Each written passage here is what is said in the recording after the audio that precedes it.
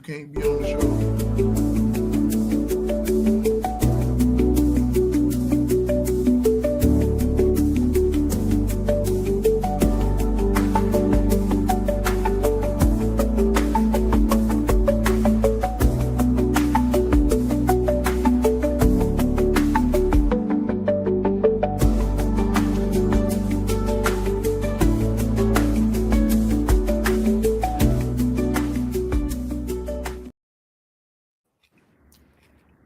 What is good? What is good? YouTube, Facebook, welcome in to another show once again. LastWord Productions. I'm your host, Tavares Wilson. As we all know, I always get the last word, man. Held another beautiful Friday night, man. A lot to discuss, a lot to talk about.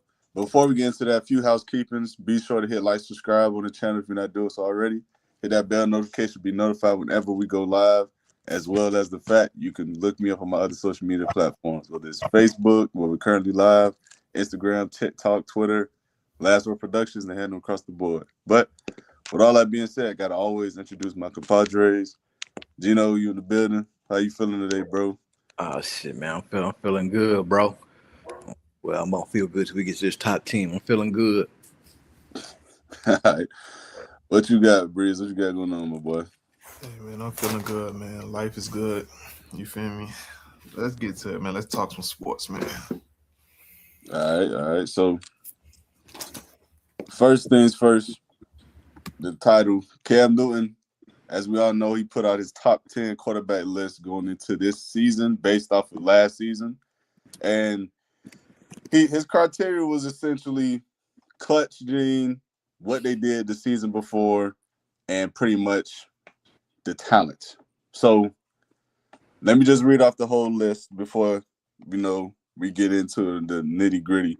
So he went from 10 to 1, but I'm just going in order. So 1 through 10, he had Stafford 1, Mahomes 2, Lamar 3, Josh Allen 4, Burrow 5, Jordan Love 6, Caleb Williams 7, Sam Darnold 8, Dak Prescott 9, and Drake May 10. So with all that being said, Gino, I know you have a personal gripe with Jordan Love for sure. So go ahead, brother. Give me your thoughts on the list, what you don't like about it, and what you would change.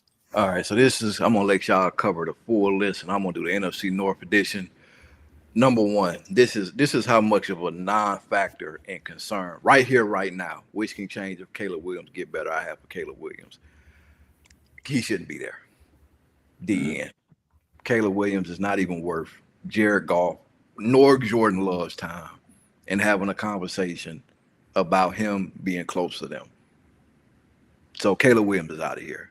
My main issue with Cam Newton is this whole I cannot consider Jared Goff thing that he kind of said, because I have now reached a point, especially after what I saw against the Bears when it was the entire Packers team's fault, not just Jordan Love. I have reached a point where I sit back and say, how long can Jordan Love borrow from Aaron Rodgers, Brett Favre, and this idea that if you play for the Green Bay Packers, you are inherently a great quarterback or destined for greatness? Like, I get to the point where I seriously ask myself, and again, if Cam Newton wants to tell me, okay, this is about last year, this is okay, if this is about last year and clutch gene last year, hey, Lamar Jackson shouldn't be over a lot of people. Like, so it's not just about last year. It's about a collection of time and you giving people the benefit of the doubt. Like, it's not just about last year. So this becomes my issue in and of itself with Jordan Love and Jared Goff. I don't know what game that Jordan Love has won other than the Dallas Cowboys, who really are not a notch on anybody's belt in the playoff. No, beating the Dallas Cowboys stopped being a notch for anybody when San Francisco beat them. I have no idea what this game that Jordan Love has won is, to where I hear some of these analysts act as if it is unreasonable for Jared Goff to be one step over or one step under. Like, as I sit here right now, whatever issue you have with Jared Goff, can't perform in a conference championship, can't perform in the Super Bowl, Jordan Love has made it to neither one of them. And quite frankly, I don't even think Jordan Love on his resume has a victory better than against LA Rams. And this also ties in Matt LaFleur, because I seen some things that they might have him ranked over Dan Campbell going into this year. Not going for that either. My whole issue is this. I understand that Jared Goff can't move. I understand that Jared Goff was terrible in that Super Bowl. But it gets to a point for me is that when I look at what Jared Goff has done with two offenses, what I've looked at how much people trusted Jared Goff up until a point, again, up into the Super Bowl. Like, dude, I'm not looking at a world where, like, man, Jordan Love is just that much better, especially after I saw what happened with the Chicago Bears. Once I saw what happened with the Chicago Bears, all of this clutch gene and all of this future Aaron Rodgers and all of this stuff that Packer fans tell me, like, I just don't believe that it exists at all. I don't believe that. Like, the Packers are constantly telling me that their players are better than our players. And as it stands right now, in 3 years of their players being better than our players, their players have not gone to a conference championship game. Their coach is supposed to be better. They haven't gone to a conference championship game. All due respect to Michael Parsons, he's supposed to be better than Hutchinson. I have not found him in a playoff game except for one. Like, everything about Green Bay, to me, sometimes feels as if they get this unreal benefit of the doubt of it's just going to be greatness because it's Green Bay. And I would say since Dan Campbell has been there, bare minimum since 2023, they ain't done nothing to be 4 or 5 spots better than us at anything. At quarterback, at running back, at receiver, at tight end, offensive line, D-line, cornerback, Gatorade, water boy. I could just go down the line. The Packers are not spots better than us at anything. And that's my only beef. This idea like Jared Goff can't at least be where Caleb Williams is at. Or that's it. That's really what I'm at. If you don't want to put him over, if you want to tell me that Jordan Love has more talent, less help, I'm fine. Not 4 spots better. I'll let y'all handle the rest of it. That's my NFC North gripe. This dude is not 5'6". He's not another stratosphere better than Goff. And if you want to be in another stratosphere better than Goff, it's gonna be simple for me. I'm gonna need the Packers to get to a conference championship, and all those players that they say is better than our players, I want them to get just as far as we got. Because I'm tired of them saying that Xavier McKinney is better than Kirby and all. I'm tired of them saying they players is better than our players. They coach is better than our coach. And when the rubber meets the road, since Dan Campbell has been there, they ain't been where we've been. So I want to see them at least do what we do. That whole team over there and all them players, that Josh Jacobs and all of them, I want to see them be where we be. Well, you can go now, Breezo, because I know you got a bigger point.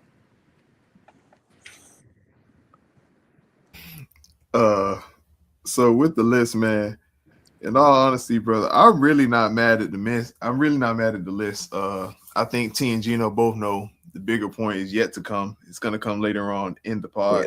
Yeah, but T, can you go over the list for me one more time, brother? Just one more time, man. All right, so the list goes as follows: Matt Stafford at 1, Mahomes at 2, Lamar at 3, Josh Allen 4, Joe Burrow 5, Jordan Love 6, Caleb Williams 7, Sam Darnold 8, Dak 9, and Drake May 10. Yeah, I'm not gonna lie. Respectfully, I would swap Josh Allen and Lamar, bro. I'm not even gonna lie to you, bro. You got to swap them two, bro. If we basing it off what last year and the clutch and whatever Cam's criteria was, which I'm not gonna lie, his criteria just seemed dumb as shit. I'm not gonna lie to you, bro, because the way that he structured this, there's no way that Sam Darnold should be all the way that low if you're gonna put that expectation on based on what happened last year. Like, we know Sam Darnold was a regular season merchant with the Vikings. He came to the playoffs and he collapsed. But what he did last year was a lot more impressive than what a lot of other guys did on this list. Like, I don't understand how you have a list like that and you put Jordan Love over Sam Darnold. Now, Sam Darnold came up clutch. He came up big time in that game against the Rams. I give him that. He balled out. I remember we was on the show and I said to him, man, hey, I don't trust Sam Darnold in those games. But Sam Darnold went out there and played arguably the best game in his career. I haven't seen many other games that he played better than that one. So, you hear me? I have a gripe with Sam Darnold being that low.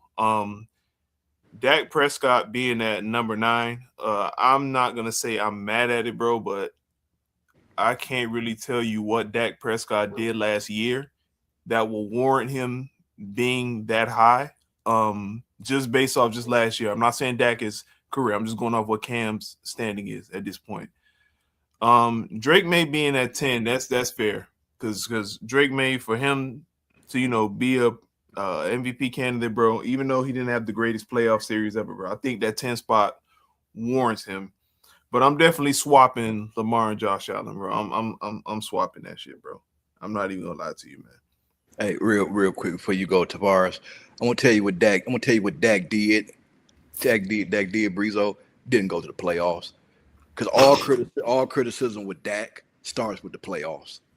So if Dak would have gotten the playoffs and Dak would have did what Dak did, we know what was gonna happen. So the great thing that Dak did was not make the playoffs. That's the most clutch thing that Dak has done in his career. Was last year not making the playoffs, so we can view him as clutch because we know what would have happened if he would have made it, and it would have been another lackluster performance. So, hey, Gino, since you're here, bro, is it fair to say that, hey, man, this year you got to at least see Dak in the NFC Championship game or something, bro? The narrative is just stuck there at this point, bro. I'm not gonna lie to you. I mean, go ahead, bro. No, you saying is it for him to stay top 10 or just in general with his career? No, I'm talking about that narrative. It just stuck there, bro. That he just may not be that guy, man. I mean, look, man. When I look at Dak, and again, I'm not gonna monopolize the time. I'm gonna run through it real quick. They played the Packers twice, and basically they didn't show up until basically the game was over. And I give no credit for those two fake heroic whatevers. San Francisco, those games really weren't close. I think the only game that I think they really the game. I think they struggled. Both Goff and Dak struggled when they played. And I think what he did, who did he beat in the playoffs? Was it Brady and them? Was it Tampa that they beat where they got that real good playoff win, or was it LA? I think that was they signed Brady to retirement. Okay. Mm-hmm. Other than that, dude, Dak has been terrible in the playoffs. And it's not been nothing but just fake comebacks. These dudes is down 20 points, 25 points, and here they come and they still lose. So to me, when they come to Dak, if Dak kind of wants any respect, like I look at it like this: if Jared Goff wants respect, Jared Goff has to win a Super Bowl. That's the bear that he needs to climb. To me, Dak just needs to not start these playoff games down 97 points and actually win a playoff game. Like I would argue that Dak has the lowest bar, damn near being a Cowboy. Just win one game and make it look like you were going to win a second game and go to the conference championship. But other than that, bro, no. And again, there's no discredit towards Dak or anything like that. I just think, dude, other than the Tampa playoff game, I don't really think he's just being that good in the playoffs anyway. I'm gonna say this first. The reason that the whole Dak situation came about was because, for one, the argument originally stemmed from Justin Herbert and us saying that if the expectation is just for Justin Herbert to look good in a playoff game, and he still gets time after time the benefit of the doubt, but Dak Prescott is expected to, at the bare minimum, make the conference championship. When we know the NFC is stacked, loaded, the Cowboys still has a shit show going on over there with Jerry Jones. I don't give a fuck what he has done these last 2 seasons. He's had a bad situation on the defensive side of the ball for the last 6-7 years. They've had talent, yes. The coaching has not been good on that side of the ball. The secondary, outside of a few good plays from Darren Bland and Trayvon Diggs these last couple of years, that has been a joke. Outside of Michael Parsons, they have no pass rusher who is not on the team anymore. And the linebacker core just was not good. And not to cut you off, T, I will add this in, and Michael Parsons ain't show up in them playoff games either. It's where so to compound the issue is your best defensive player. I don't know what he was doing, but you can keep going, T. But if you're asking me about Herbert and what he needs to prove, I say with both of them. To me, I think it's fair to ask both of them to especially Herbert, because Herbert has looked so bad. Like, this is crazy. This is how bad Herbert has looked. Herbert has looked so bad, it has not been as bad as Dak. Like, at least Dak can give you like this fake comeback. Herbert gave up a comeback. So from my perspective, I'm not gonna lie to you, Herbert responsibility is, bro, can you not look like a trash can? No, but that's my point, you know. My whole point. My point is, if that's the criteria or if that's the bar we're setting for Justin Herbert, and many people believe he still is this unquestionable top 10 quarterback. How in the fuck are we putting that expectation on Dak and saying this about Dak when Herbert is going to continuously get every excuse that we can think of? Because again, if we're gonna sit here and be honest, yes, I know the Chargers situation is not the greatest. I understand that completely.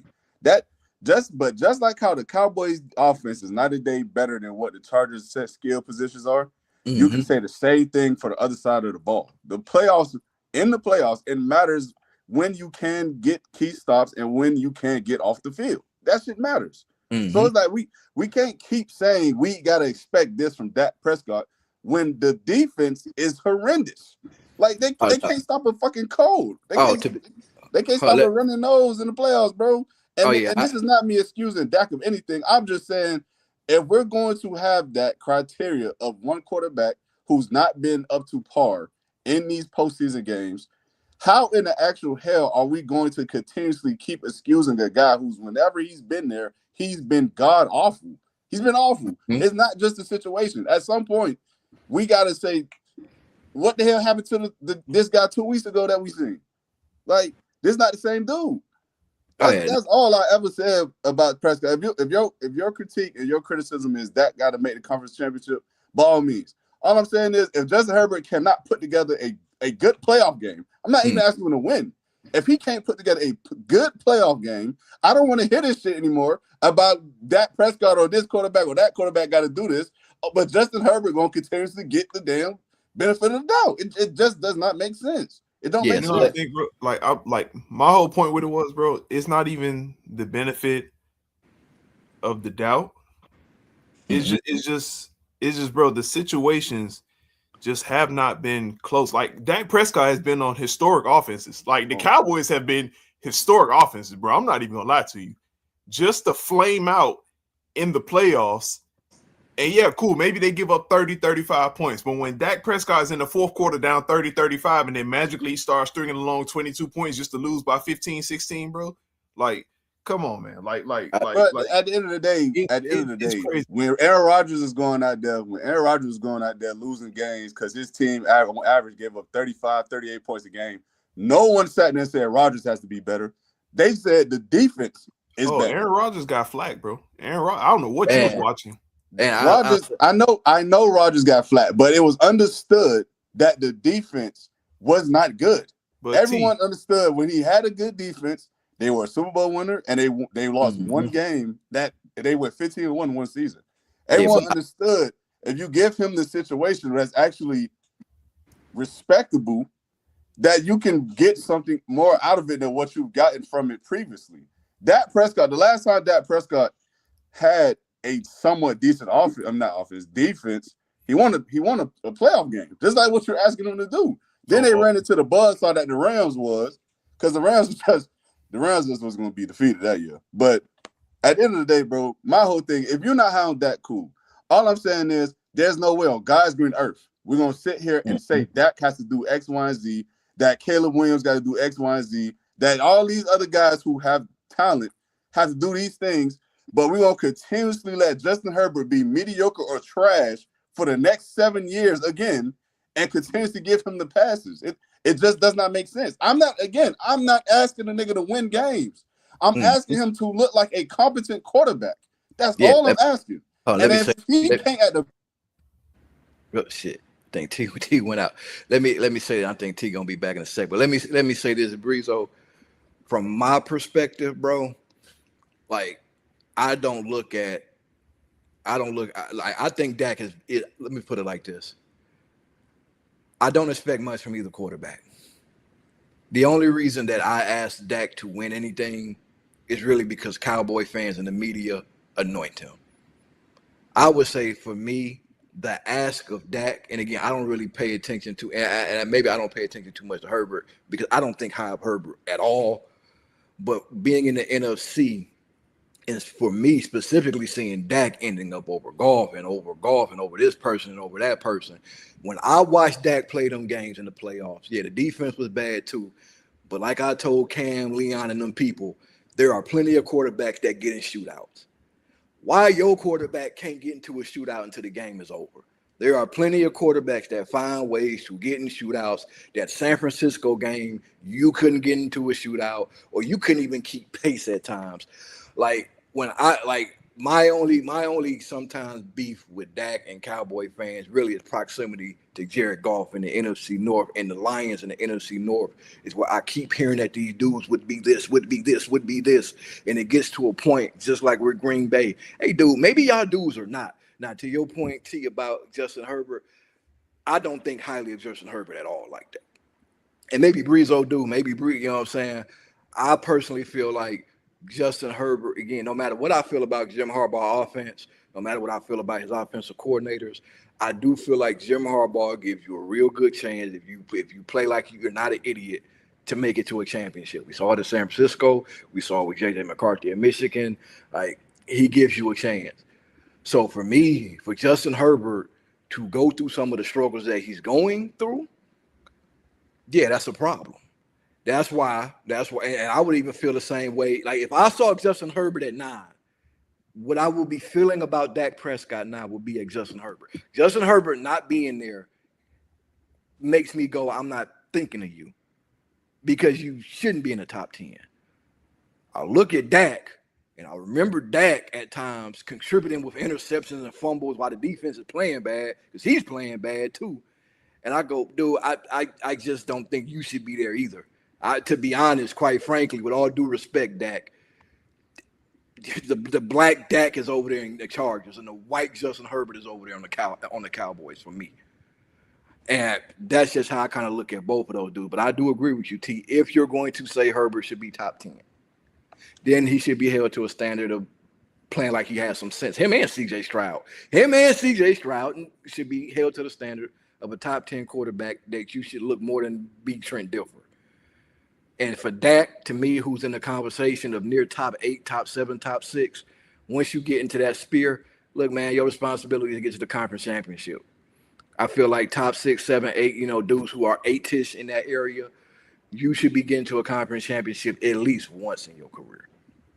I'm not saying be a perennial conference champion attendee, but damn, get there 2 times like golf. Like that's really all I'm asking here. Even if it's 2 flukes, because one was 2 flukes, get there 2 flukes. Yeah, and that's kind of really all I'm saying. Now, as far as I don't know how you feel, Breezo, about Justin Herbert and Dak and how that shapes out, but that's just kind of where I land is where, look, dude, I don't see Justin Herbert and Cam top 10. That's perfect to me. Him, CJ Stroud, they shouldn't be there at all, in my opinion. And a guy like Dak who's fighting in that for that 8-ish spot, oh, bro, I just need to see more from you. Like we talk about seeing more from golf. We talk about seeing more from certain quarterbacks. I want to see more from you, Dak. Like I really do. And I hope you do get the team that you need. I hope you do get the team that you need. And I hope that you don't get walked down again by random Jordan Love. And then Jordan Love is giving me a heart attack. Hey, T, let me ask you something before we move on real quick.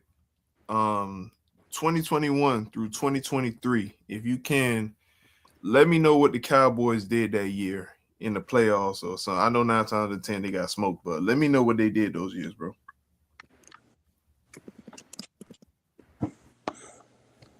Cause I'm not gonna lie to you, cause I'm just highlight my gripe with this whole Dak Prescott situation. Cause I'm not gonna lie to you, brother. I love the offense. I love what they got going on over there.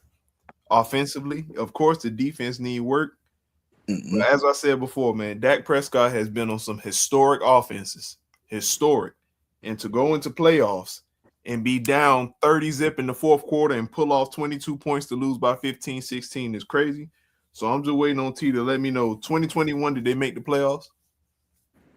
I mean, the way he's talking, you know the answer. No, I'm just asking. I didn't pull that up. I know 2021 they made the playoffs, but 2021 was that exact year that Micah Parsons had 12 plus sacks, Diggs had like 10, 11 plus picks, Zeke ran for 1,000, CD had 1,000, Dak had 4,500 yards and shit like that.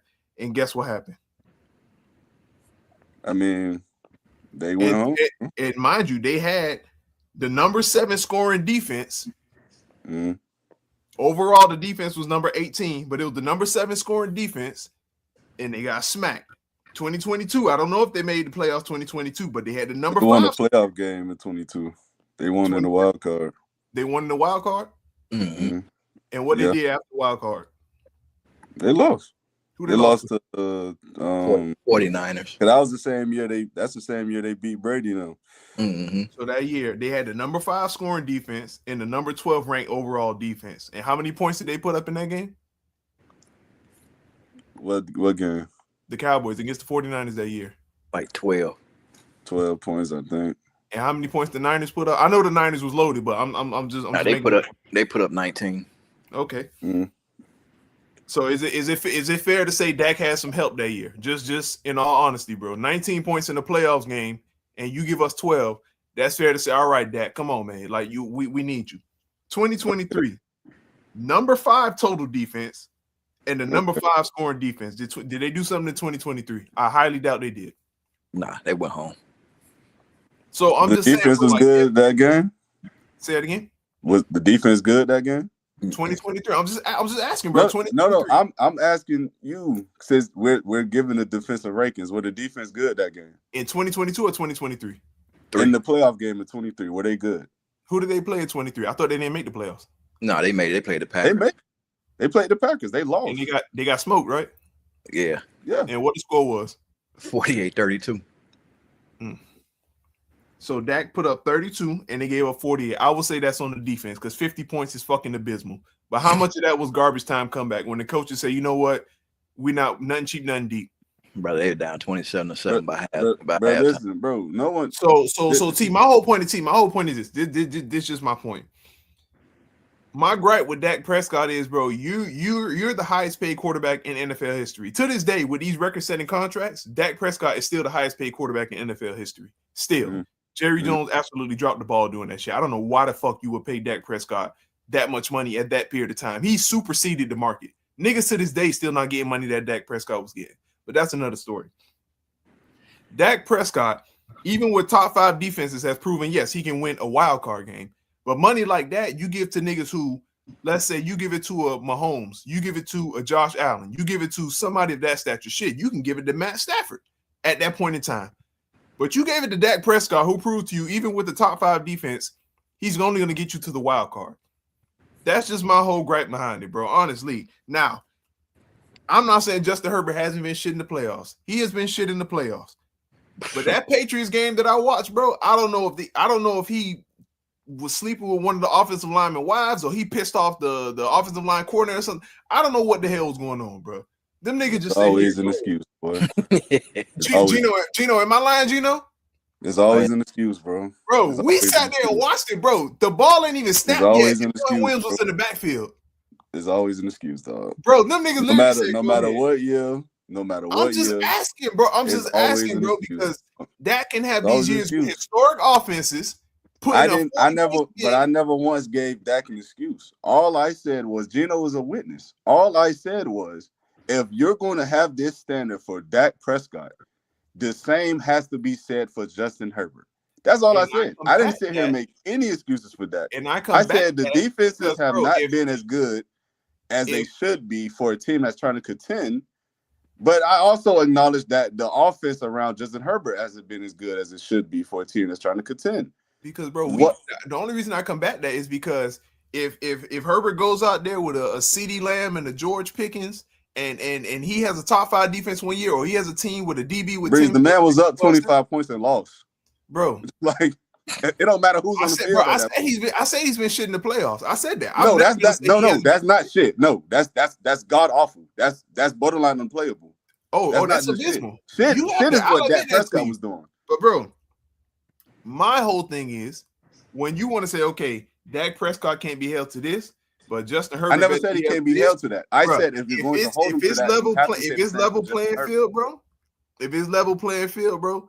If he was out there with a CD and a George Pickens and all this shit and prolific offenses and shit setting records, niggas but have. You also have to add in that Dak Prescott is a part of these offenses. Niggas have Mike McCarthy. Niggas was thinking Mike McCarthy was aren't historically great. He's a big reason why these offenses are that good. When Dak Prescott has been healthy and on the field, he's produced a top 8 offense every season. And, That's a literal what fact. We can happens look in the that up. playoffs, bro? To be down 27, 30 points and then string together magical comebacks. And, oh my God. He showed up. Man showed up. That boy thinks Cherokee gonna be here for real. Go back. Go back. Hey, man, but hey, like I was saying, but that's my only gripe, bro. That's my only gripe. But I ain't disagreeing with y'all, boy. That's my only gripe. We got bigger fish to fry. Hey, welcome back, Q. Welcome back, man. You about to get booted from the chat.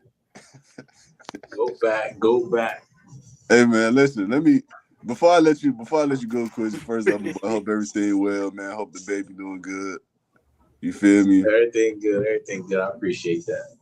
For sure. But I want to finish what I was speaking on with the Cam Newton top 10 quarterback list. First and foremost, just again past that, because however you feel about Dex, how you feel about him, I don't think there's anywhere on God's green earth that Caleb Williams or Sam Darnold should be top 10. That's just my belief. I'm not under this belief that Caleb Williams has become this top 10 quarterback because he made a few phenomenal plays and throws down the stretch of some of these games. It's times in games where he still looks like he's trying to figure it out. He can't read the defense properly. He can't sit in the pocket and make a throw. He plays backyard football 9 out of 10 times more often than not. And the passes don't always come out the most accurate. They don't look good to me. I don't think Caleb Williams should be there at all. I don't think Sam Darnold should be there at all.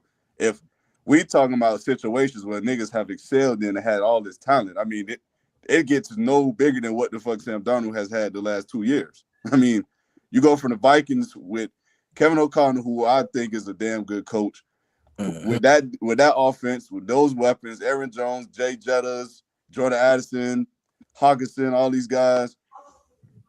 Then you turn around, now you got the Seahawks with a damn good defense. Only reason I know one was talking about that defense the way it should have been spoken about was because the Houston defense was just better. And you got a pretty damn good Seahawks offense. I mean, the O-line was improved. JSN, great season. Kenneth Walker. I forgot the other running back name. Fuck. Charbonnet. There we go. Thank you. And then they went out and got the dude from the Saints. Kobe Myers. Not Jacoby Myers. Shaheed. Nah, they got Shaheed, Rashid Shaheed. I don't know, I couldn't think of his name. And then you went and got Cooper Kupp to even bring in more veteran presence just in case. So I mean, nothing against Sam Darnold. I just don't think he's a top 10 quarterback. I look at 10 other guys and I watch them play. I see the film. I think there are 10 guys who I'd rather take over Sam Darnold. But hey, that's Cam's list. I ain't gonna really give too much gripe on it. My thing is, as much as a Jordan Love guy I've been, because I wouldn't necessarily call myself a fan, I just think he's a good quarterback. 6 is too damn high. I mean, if you want him on the back end of 8 to 10, I mean, I guess I personally still don't think he's top 10 either, but that's neither here nor there. But I just think that's too damn high, man. I mean, 6 over some of these guys, Drake May. I mean, why? I mean, shit, I just don't see it, bro. But for the top 5, I mean, I don't really give too much pushback to the top 5 because I think regardless of how you order them, those are the 5 guys. So I think it comes down to a matter of preference at that point.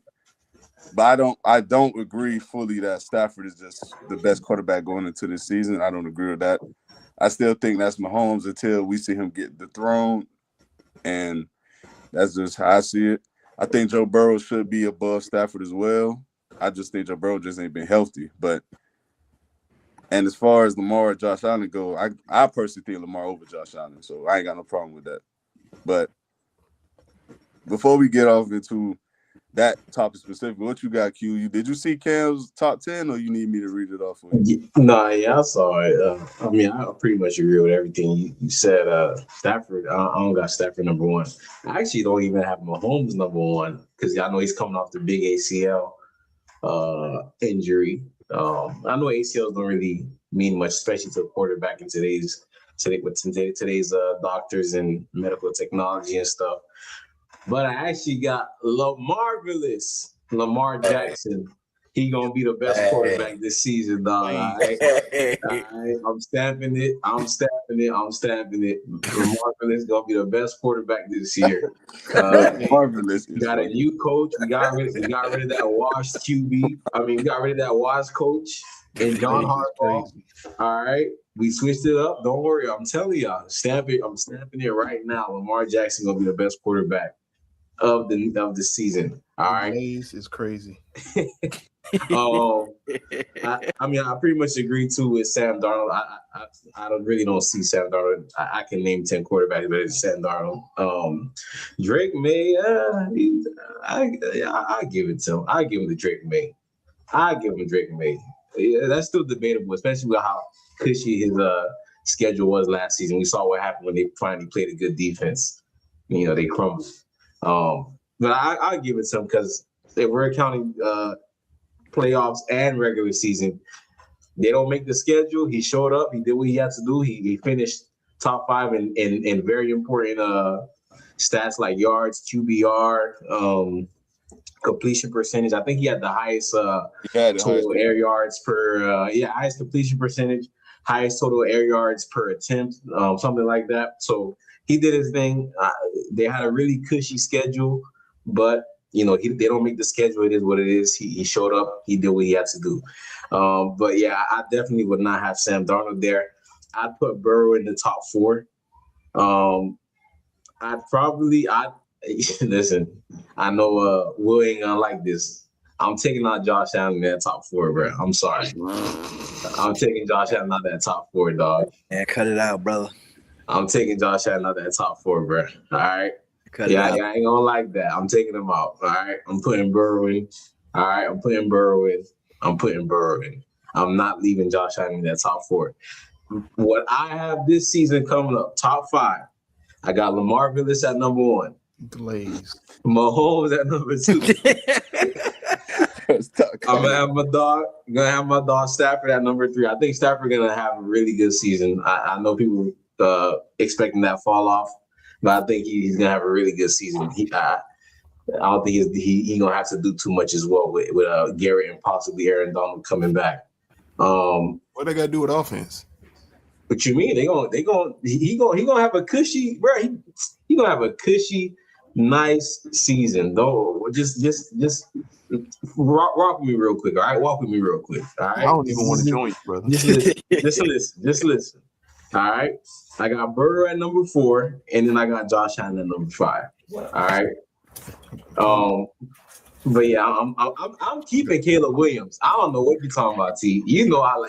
I'm a Caleb Williams fan. I'm keeping him. I'm keeping Caleb Williams in the top 10. Depending on what Kyler Murray become this season, that man may be the 4th best quarterback in his division. Listen, bro, that midget ain't gonna do nothing. Bro. I don't care if he got the QB whisperer in his ear. That boy ain't gonna do nothing. All right. Quincy been back for 2 minutes. That boy on jungle juice. And all I heard, that's it. Straight, man, cut it out, bro. Please, cut it the fuck out, man. Caleb Williams and Josh Allen, bro. For real, man. No, I didn't say. I didn't say that. You just said you taking Josh Allen out and putting Caleb Williams in there. No, I said I'm taking Josh Allen out of the top 4. I'm putting Joe Burrow in the top 4. I'm keeping Caleb Williams in the top 10. That's what I said. I'm keeping him in the top. Because T said he don't see him being the top 10 quarterback. I said I'm keeping him in the top 10. So where you putting Josh Allen at? Josh Allen at number 5. And who you put over him? Stafford. I put Stafford, Burrow, Lamar, and Mahomes. Babe, I'm telling you, we're gonna come back to this, bro. Don't worry. We're gonna come back to this. You're not even gonna be here, bro. Yes, I am. Hey, I'm back, bro. I'm back. All right. I am back.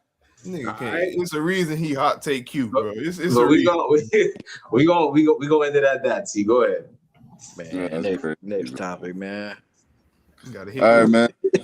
Listen, I know Breeze want to discuss the specifics of Lamar and Josh Allen specifically in terms of their playoff success, wins, losses, how they've looked all around. So the floor is yours, Breeze. Go ahead, bro. What you got? Hey, matter of fact, Quincy, before we take off, Quincy, what's your thoughts on Lamar in the playoffs, man? He a playoff dropper, man. I'm not gonna sit here and make excuses for him. I call it how I see it. Same way I called out CJ Stroud after I was bigging him up before he had that stinker. I call it how I see it. It is what it is. Have a stinker, I just want to keep things short, concise, to the point. Yeah. You know, I got my attorney. Well, Lamar didn't have no stinkers. I'm just saying he a playoff dropper. He's better in the regular season. I was talking about CJ Stroud. Oh, okay. Anyway, like I was saying, man. Yeah, CJ Stroud garbage, man. That's one thing we all know. But I'm gonna keep it short, concise, to the point, because I got my attorney Gino Cochran with some facts for y'all boys. But Lamar Jackson, man, very interesting guy, brother. Very, very interesting guy. 2-time MVP, deserve his respect. But in the playoffs, man, it's a whole different monster. It's not a week-to-week basis anymore. Teams lock in because teams can actually devote a whole week into figuring out what you do and what you like to do best. And a problem with the Ravens was that when shit hit the fan for them, they never went back to old reliable, which is running the football. I do think oftentimes that they try to make Lamar Jackson too much of a drop back quarterback. And I believe Lamar Jackson is a rhythm quarterback. If the game is more predicated on running to get his rhythm, that's what you go with. But to make Lamar a drop back quarterback 40 times a game is you're not going to win a game doing that. Now, I'm not saying he can't pass the ball, but instances are showing and reoccurring their head that when you take the Ravens out of what they like to do, they're very uncomfortable and they get rattled. They get rattled and it gets bad. Lamar Jackson has never beaten a team in the playoffs that has scored over 10 points. The man who was responsible for seasons with 41 touchdowns, the 4 picks, and all-time QBRs, and yeah, that guy can't beat teams that score over 10 points.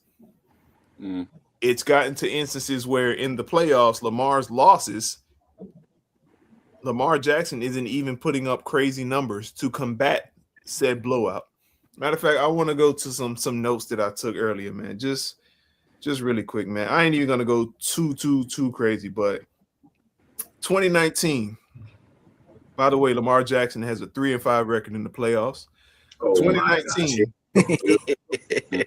2019, you guys remember that season, you know, unanimous MVP, you know, broke rushing record, 66% completion, you know. This was his first playoff loss, you know, that I'm counting against him, honestly, because that bullshit when he was playing, I think he got thrown into the fire like late in that season. I'm not even shit. I ain't even gonna count that. That's not fair to him. But his first real playoff loss was 23-17.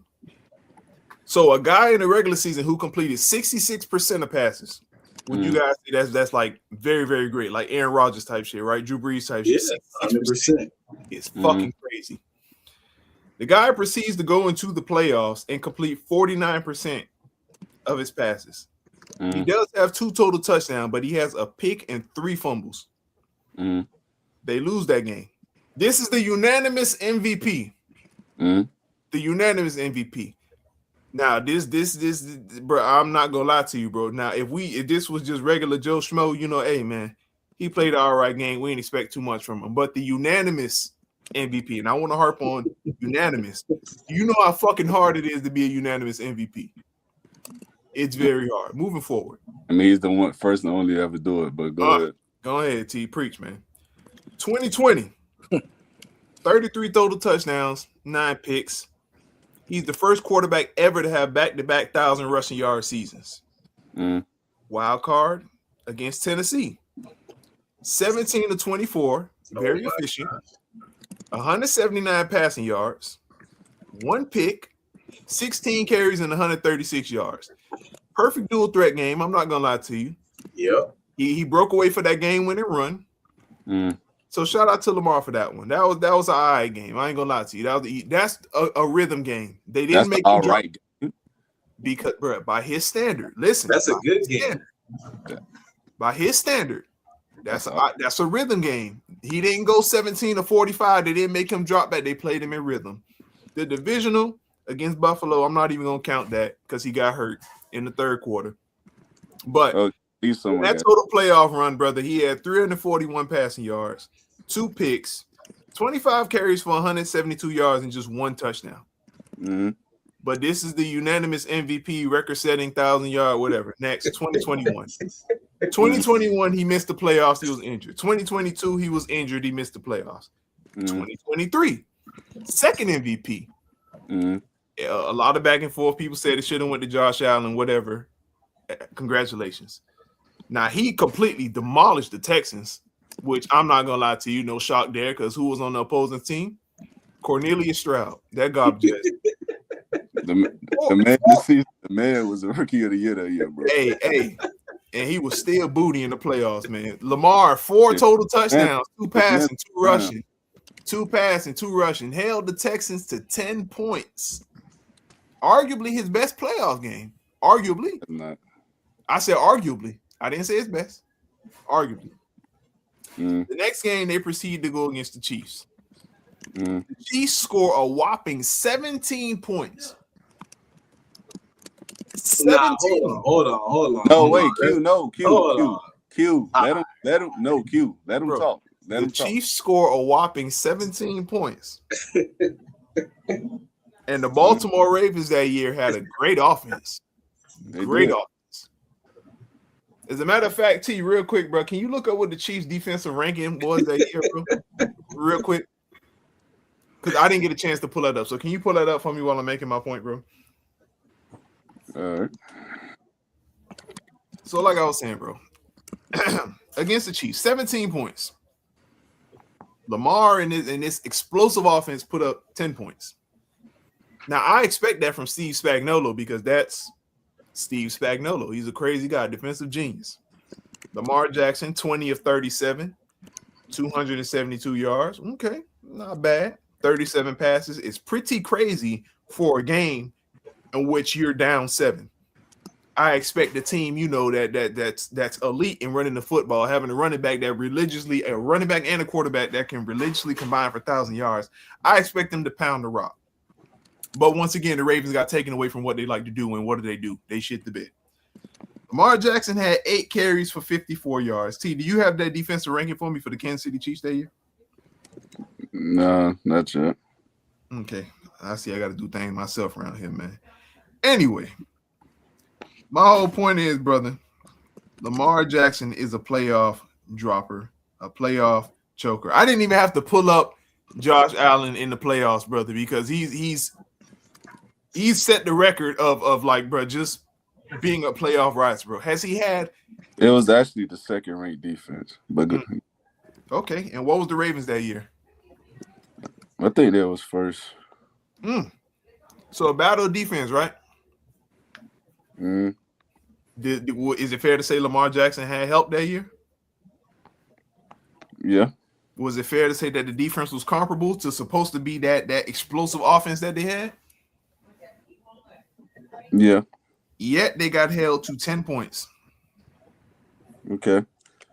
Which goes back to my original point, brother. If the team Lamar Jackson plays against scores over 10 points, he cannot win. Okay. So yeah, bro, Lamar Jackson, man, I'm not even trying to hear this Lamar versus Josh Allen talking the playoffs, bro. I'm not. I didn't even have to continue to deep dive on it, bro, because Paul, that was crazy. I didn't have to continue to just dig up the nonsense, bro. It is what it is at this point. Lamar Jackson, and I'm a fan of this guy. Lamar Jackson is the NFL James Harden, bro. When the regular season is around, bro, the nigga gonna give you 60-point triple doubles. He gonna give you these magnificent 4 or 5 touchdown games. He's gonna blow you away with QBR. He's gonna do all this. But when the rubber needs to hit the road, the man turned into Nathan Peterman, brother. Oh my gosh. Oh my gosh. Nathan Peterman. Y'all call me hot take? I approve this message. All right. Go ahead, brother Gino. It's on you, man. I just think for me, I look at it like this. We already have a historical reference point, in my opinion, and his name is Peyton Manning. Is where Peyton Manning was kind of going through a period where no matter what the context was for Peyton, the answer that a lot of people gave is you have an issue in the playoffs.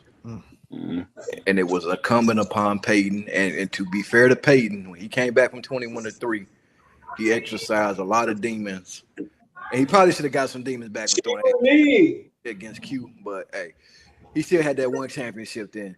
But I feel like the reference that we do have is that we do have Peyton Manning, where there was once upon a time where there was this MVP caliber player who was having issues in the playoffs, and collectively the response was, until you win a championship, we can't give you benefit of the doubt. Now, to be fair to Lamar, Peyton still had access to being top 5, top 3, if not top 2. A lot of the conversation around Peyton Manning was kind of simple. You don't have access to being better than Brady until you stop the silliness and stop the foolishness. I think my biggest issue with Lamar right now today is akin to James Harden, but it can be kind of quantified better, is where I go into games wondering if the other team gets 21-24, is this game over? That's my biggest concern right now. I know Quincy said that's a John Harbaugh problem, and the fun thing for this year is we get to figure out if it's a John Harbaugh problem. Because Harbaugh ain't there no more. Harbaugh's gone. You know, we don't know if Jesse Minter is better than Harbaugh. Granted, fair, but I do feel as if my biggest complaint with Lamar Jackson is I just wonder if you get into a situation where a team scores 28, 30, 31, 32, 33, 34, because again, we've seen teams win, we've seen quarterbacks win shootout in the playoffs. If it comes down to that time where you have to win a shootout, can I trust you to do that? Right now, as it stands, you haven't beat anybody that scored over 21 points.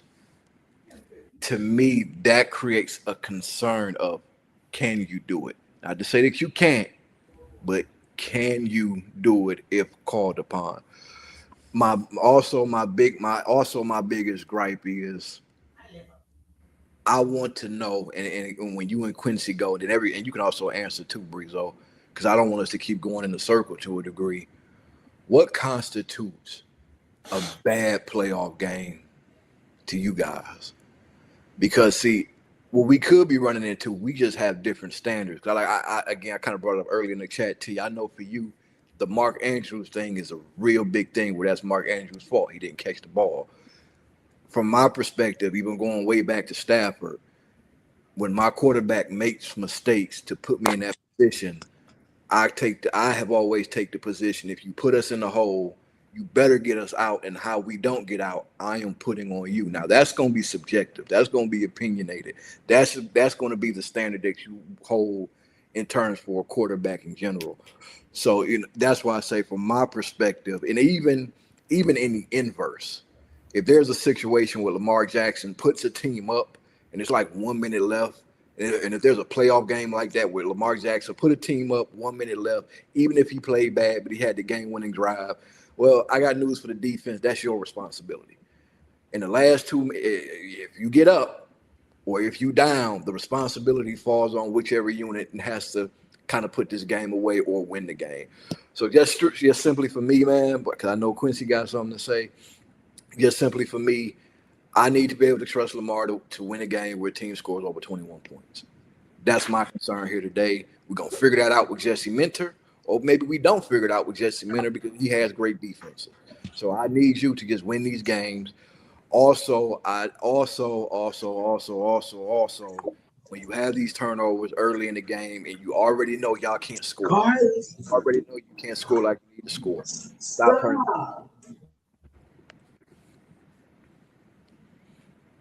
All right. Quincy fighting for his life over there. Yeah, they really do. But let me see if you want to go. Hey, Q, got a little guess here. I'm sorry. All right, I'm gonna keep this short and simple. All right. First and foremost, let's bring up what Gino just said, because he answered it perfectly. First and foremost, what constitutes a bad game, right? Because, like Breezo said that when he brought up the 175 yard passing, 100+ yard rushing game, right? good pass completion percentage, everything. He called it a decent game for Lamar. He didn't say it was a good game. He said it was a what you said, Breezo, a decent game. It was like you're not gonna say it was a great game, which it is a great game. That's a great game for any quarterback. Yeah, that's a great game for any quarterback, but not a unanimous MVP by his standard. And that's the issue. The issue right there. I can only judge you off your standard, though, bro. One thing that I've noticed with fans, NFL fans, and the media, we hold Lamar Jackson to a higher standard than we do most quarterbacks. We hold Lamar to a higher standard than we do Josh Allen. And if you want to sit here and tell me I'm lying, look at what just happened when Josh Allen had what was it, 4 or 5 turnovers? That right? Am I tripping? When he just had 4 or 5 turnovers that game against Buffalo? Against the Broncos. Against Denver, yeah. And what was the first thing we saw everybody go online and do? Oh, but that's all I kept seeing. I'm not talking about just fans. I'm talking about talking heads, people who have the ability to go and vote for MVP. You're right, because I remember watching Marcus Spears and these dudes make excuses. I remember. Everybody went. That was the first thing they did because they were big up in Josh Allen before that game. And when he had them turnovers, everybody and their mama went on Twitter. Oh, but they went on TV. But that's all I kept hearing.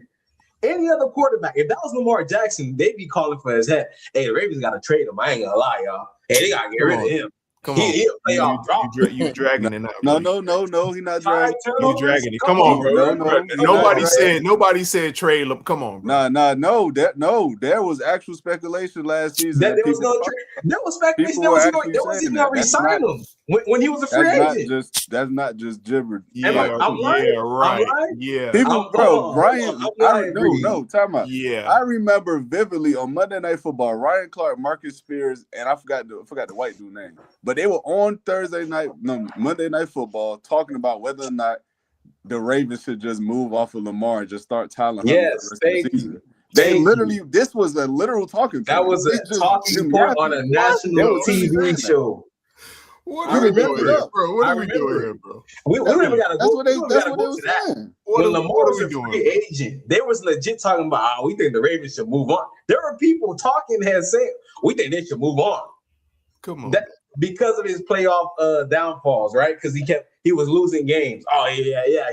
He asked for too much money. Come on. There were teams coming out saying they weren't going to offer him a contract, point blank, period. Come on, man. So let's not act like we don't hold Lamar Jackson to a higher standard than we do Josh Allen. Yes, we absolutely do, and that's okay. Josh Allen is the golden boy. Josh Allen got that here nigga damn MVP, because that's what it was. You ain't gotta sit here and lie. That's exactly what that MVP was. A here nigga damn award, because they kept crying for him. They kept making excuses for him. And it was here you go. You know, you deserve it. That's all that was. All right. But we hold Lamar Jackson to a higher standard than we do Josh Allen. So I'm gonna just start off by saying that. Mm-hmm. All right. I'm gonna start off by saying that. Now, let's go to the Kansas City game, because we all love talking about the Kansas City game, right? Be honest. Kansas City was ranked number 2 defense. Yes, Baltimore was ranked number 1. But what people don't like to bring up is the fact that the Ravens had 8 penalties that game. What? What? I'm lying? So, you can fact check. So now we're speaking on discipline now. Because penalties are discipline. Our wins a team stat or a QB stat? Penalties are disciplinary. Our wins issues. and losses a team stat or a QB stat? Penalties are a disciplinary issue. But get to the point. All right. You talked about abandoning the run. That's not Lamar Jackson's call. That's the head coach, John Harbaugh, who we've seen do it multiple. That wasn't the first time. It wasn't the last. He's done it every single season when it came down to big games, and Derrick Henry would have 230 yards at halftime. For whatever reason, John Harbaugh don't want to run the ball anymore. All right, we've seen it. I don't know why we acting like this is not stuff that it's a pattern. We've seen it. What's up? Everybody to blame. Hold on, Breezo. Hold. We just one quick. I ain't trying to make you lose your train of thought, Quincy. I just got one question. for you, just one direct question for you. What is the one playoff game that you feel like is bad Lamar Jackson? Or do you feel like there is none? There is. That's why I said at the beginning of this, when Breezo first asked me, right? Mm-hmm. When Breezo first asked me, he said, what he said, do I think Lamar Jackson is a playoff dropper, right? That's what you said, right? Or do I hold Lamar to that title? And I said, absolutely. Lamar Jackson has not had nothing but great or good playoff games. He's had bad playoff games. All quarterbacks have had bad playoff games. I'm not going to say all quarterbacks. Let's stick to Lamar. Let's stick what to you Lamar. mean? No, I'm just saying. But if you want me to name just one off the top of my head, right? Yeah. Let's go back to the Kansas City. No, I'm sorry, not the Kansas City game, because I actually got the games popped up right here on my screen. Let's go back to the Tennessee game. Mm-hmm. Tennessee game was pretty. It was pretty mid. Which one one? touchdown, 2 interceptions. Back in 2020. Okay. The AFC divisional game. He had 1 touchdown, two interceptions. He almost threw less than 50% of it. He almost completed less than 50% of his passes. 49.8. That's a bad game. Compared to what though? That's a bad game, period. What you No, mean? listen, the reason it gets highlighted, period. The reason it gets highlighted, Quincy, is because you went the whole season and you completed 66% of your passes. And you I really understand Drew that. Brees, Aaron Rodgers territory, and you hit the playoffs and you dropped to 49.8. Brees, I understand that. I understand that. But what I'm saying is, if he's a victim of anything, he's a victim of his own greatness. If Lamar Jackson was Justin Fields in the regular season, him throwing 49.8, cool. My nigga, it's not cool. That's my point. It's still a bad game. Bro, but this is the point. Game. This is the point. You're saying we hold him to outrageous standards. We hold him to the unanimous MVP. We hold him to the 2-time MVP. We hold him to the guy that completes 66, 67% of passes. That's what we hold him to. And my point with that is, we don't hold Josh Allen to the same standards. We do not. That's a fact. Because this whole conversation started because it was Josh Allen versus Lamar Jackson, right? That's why we sit here talking about this. We do not hold Josh Allen to the same standards. The NFL changed the rules because they lost to the Chiefs in OT. Am I lying? No, it's documented. They went and changed the rules for him. He is the golden boy, and he gets certain leeway, point blank period, when he has his stinkers, and that's a fact. That's the truth.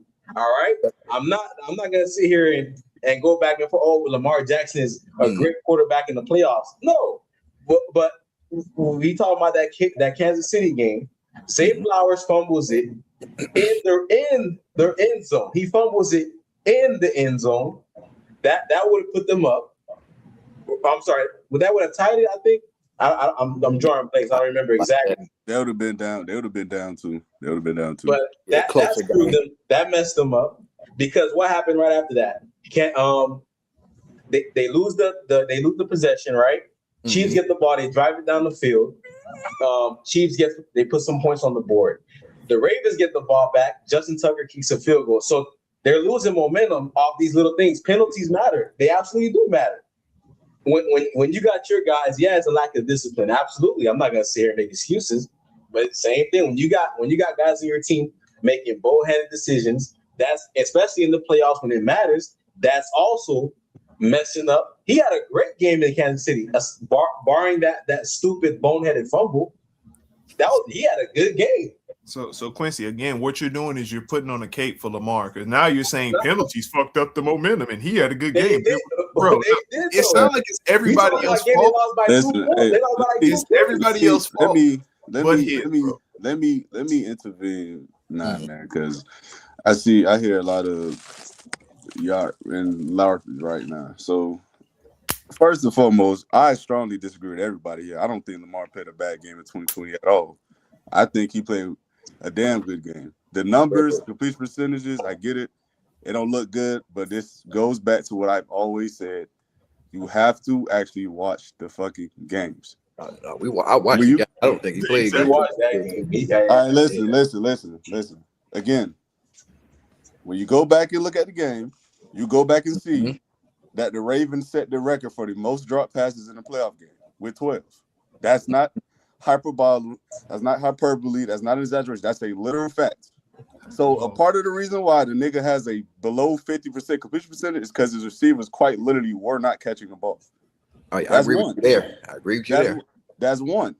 Two, he went for 508 yards total himself, despite the fact his receivers, his playmakers, quite literally were god awful that game. So we're sitting here, we're saying this is a bad playoff game by Lamar Jackson standards. It's the Tennessee game, right? Yeah, with the 3 turnovers. And listen, if you want to say the turnovers and completion percentage results a bad game, by all means. But don't tell me it's because the completion percentage was low and because they didn't win the game and he couldn't be the team that scored more than 10 points and put 10 points on the board when we've seen the offense, the skill positions be terrible that game and the defense was god awful. Derrick Henry had a career night that night. So then you flip and we turn around. Let's go to the that was 2021 or 2022. That was 2020. But we turn around, we go visit the Kansas City Chiefs game. Now this to me is a bad Lamar Jackson game. That was not a good game in my estimate, in my opinion, because he did. From what I see, he didn't look comfortable in the pocket. He looked antsy. He looked like a guy that was a deer in headlights. On honesty, he missed on throws. He was long on them. Okay, I believe that was not a good game by his standard. However, with all that being said, we still have to acknowledge the fact that they only ran the ball 4 times in the second half. That's not on Lamar Jackson. That's on coaching. That's on Todd Monken and John Harbaugh. And then we have to turn around and also say, when they are in opportune times to actually close the gap or potentially tie the game, your best playmaker on the offensive side of the ball for you at the receiver position fumbles the ball in the end zone. So now all momentum is lost, and the Chiefs go down the field to get a field goal. So now it's just that much more difficult to win the game. And then when it comes down to Josh Allen specifically in these comparisons to Lamar Jackson, my only thing is this. If we're going to sit here and we're going to say these things about Lamar, cool beans. We're going to go through the playoff games. I'm gonna name the last 3, their numbers in their last 3 playoff appearances, total games. Josh Allen had 5 games versus Lamar. No, Josh Allen had 7 games versus Lamar Jackson's 5. So Josh Allen in these same games, the 69.6 completion percentage, pretty damn good. 264 yards per game. That's passing. 6 touchdowns, 2 interceptions, 7 fumbles, and a 101.1 rating with 7 rushing touchdowns. I mean, that's pretty damn good when you look at the touchdowns and yards and shit. But he has 9 turnovers. So then let's flip to Lamar. Again, this is the last time these dudes, last 3 playoff appearances. Lamar Jackson, 67.4 completion percentage, 233 yards per game, 6 touchdowns, 2 interceptions, 3 fumbles, 3 rushing touchdowns, and a 107.3 rating. So when we talking about these dudes and we looking at these numbers, we looking at these games, we're talking about these instances between them, and we turn around and now the standard is Lamar isn't doing X, Y, and Z because he simply cannot beat these teams when they reach certain points in the game with totals, whatever the case may be, buzzy, but ignore all context that gets you there. Like, just like what people were saying last year when they lost to the Bills in the playoffs, and I get it, you may not harp on the drop that Mark Andrews had in the game. I strongly disagree. Matter of fact, I would take it a step further. I vehemently disagree. Because when you at the 2 fucking yard line, I get you down the field. Facts. We 2 points away from tying the game. Hold on. And my tight end. Hold on. Huh? Hold on. I got an issue with Quincy and his stats. I know Quincy. When I would use that same thing against Matthew Stafford, there would be somebody saying, "Oh yeah, you're right." So I'm just not you, Tavares, but Quincy, you be careful saying facts. You specifically. Hold on now. Go ahead, T. My bad, bro. No, I'm just saying, like, at some point, bro, we gotta say that the playmakers on the field are also failing. If you want to say Lamar Jackson is coming up short, cool, I agree. Because like I just said, I think he played a bad game against the Chiefs. But also, I don't think he played that bad of a game against the Titans, like how we just, you feel me, flip-flop basically. And I agree, he has to be better. No doubt in my mind about it. But we can't sit here and turn around and say Lamar has to be better in these playoff games, in these playoff series, or not series, but these playoff games, and then sit here and say Josh Allen or whoever else you want to name, but Josh Allen comparison right now is playing well, but we see him literally put his team in detrimental situations as well. It just, to me, it just does not make sense. Because yes, the playoff numbers look better overall, but when you look back at who these dudes have been these last 3 years when they've been in the playoffs, they've been eerily similar and close to each other. So, yeah, go ahead, please. Before we move on, this 2021 game where you said they were dropping passes and the record set and all this shit, right? Yeah. The only way I would 2020, I had to really go back and look at this because I remember it vividly. And they were in Tennessee, right? No. Where were they? That was in Baltimore. Yeah. The weather was perfect. So if you want to say they was dropping passes, I could easily say Lamar was throwing some bullshit out there. Oh my God, bro. Okay. See, this is No, bro. I'm gonna be real. If it was raining, if it was snowing, this is what I'm talking about. If it was army, this is what I'm talking about. Now, wait, hold on, Gino, look, Gino. You see how we went from saying he completed 49% to now he must have been throwing ducks out there. It can't never just be the niggas wasn't playing good. It can't never be that. It gotta be because Lamar did something wrong. It's the same way you just said. Crazy to me, bro. It's the same way you just said. He looked bad because they set a record dropping passes, bro. But it takes an accurate That's not the same at all. If a receiver's not catching the ball, Breeze, they're not having a good game. Bro, like, what are we saying? Listen, it takes either a super accurate pass or stupendous hands to catch a ball. So you telling me the whole game the niggas was out there throwing duck? That's why niggas led the league in drops for the playoffs? Terrible hands. It could be great passes and terrible hands. It could be good hands and it could be bad passes. Point is, you saying, oh, his completion percentage was bad because they was dropping shit. I said, you know what? Let me go think. Let me go check the weather. Because if it's raining, logically, you're going to drop the ball. If it's snowing and your hands getting wet, you're going to drop the ball. If it's Armageddon. They wasn't catching because the boys were sorry, bro. Lamar had terrible receivers. Like, bro, like this. When I go look at the weather report, and it said the weather report was perfect. No wind, no nothing. Bro, that leaves me Gino, I just want you to be honest, Gino. Have we ever heard that nigga Breeze ever make that reasoning for why niggas are dropping passes ever?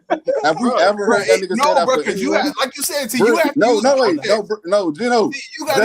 Gino, please just be honest. Just be honest. Have we ever, whenever we ever discuss receivers dropping passes, has this nigga ever came on here and said the quarterback must be throwing? That ain't gonna be my argument today. Like, come on, bro.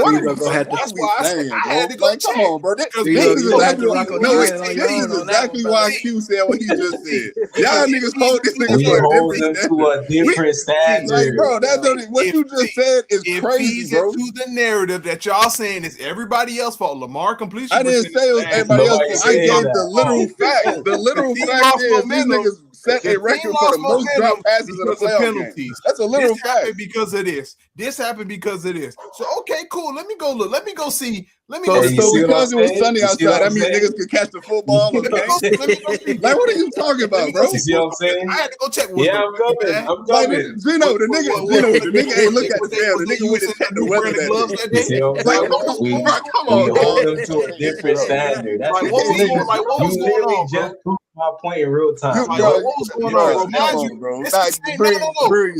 Breeze, you know ball better than that, bro. 60-something completion percentage. It's the same exact nigga, 60-something completion percentage. His team going to the playoffs. Now they can't catch the ball. Oh, nah, they just asked that day.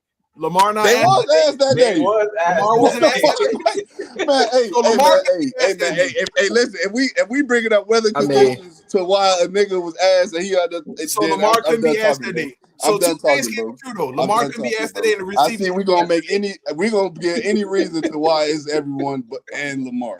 But everyone else ain't at fault, but it's gotta be Lamar. Y'all just saying no, bro. When you say, oh, These niggas dropping all the passes. They not catching No, what but Lamar throwing. Breeze, you literally just sat up here and said out your mouth, man, let me go check the weather, bro. Cause this nigga must have been throwing ducks out there, brother. What? This the same, bro. Fuck? No, That was the bro. first This thing the that came to your same mind? nigga throwing 66%. Aaron Rodgers, Hey, Drew Brees man. type shit. Now he Hey, throw 50%. man. Oh, I'm just saying, bro. That's the first thing that came to mind when we said niggas was dropping passes and had the most drops in a game. Then, hey, bro, you got it, bro. You not gonna move off of it. So it's cool. The same It's nigga. cool. This gotta be clip, man. This gotta be a clip. Like, come on, man. This ain't a clip, man. I'm disappointed. This nigga really sat up here and said it's because let me go check the weather, bro. Like let me go check the weather, bro. Man, get the fuck out of here, man. It gotta be something, bro. It gotta be. Hey, hold on, let me say. The way Lamar can do no wrong in y'all eyes, bro. No one said that, nigga. But you out here talking about the climate and shit. What the fuck? Bro, Quincy just sat here and said penalties is the reason why Lamar Jackson couldn't get momentum. This and this and this. Not once did Quincy say, you know what? Lamar was just asked that day. He said, no. First of all, you didn't say that. I just sat here and said Lamar had a bad game against the Chiefs. Quincy didn't say that. Quincy just hopped on and then went to the Old Town Road. Quincy just out of hand with it, bro. The nigga say everything. Oh well, the defense this and this happened and Lamar did this, but this happened and penalties caused this and this.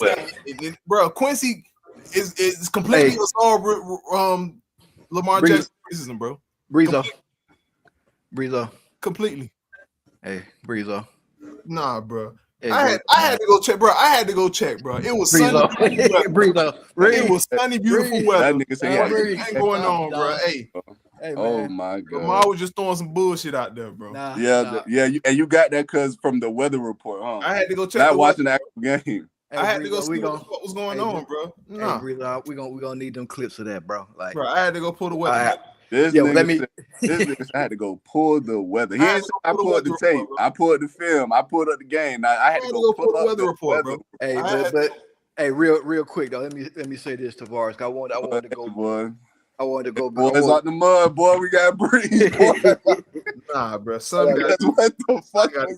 Go ahead, Gino. My bad. Yeah, let me say this. I want to go back. I know Quincy said he had to go run and do something.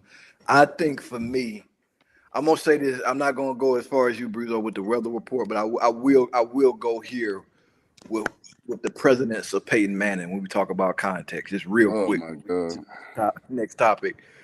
Back when Peyton Manning was having his issues, there was a thing of, to be fair to Peyton, there was no contest given until he won a championship.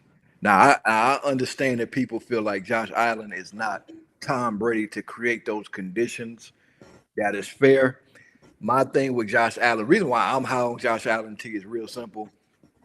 Right now, because if it was my team and I was Buffalo, and my guy had 8 playoff wins, the other guys 3, and we were rivals, I wouldn't be extending a grace to that rival to that degree.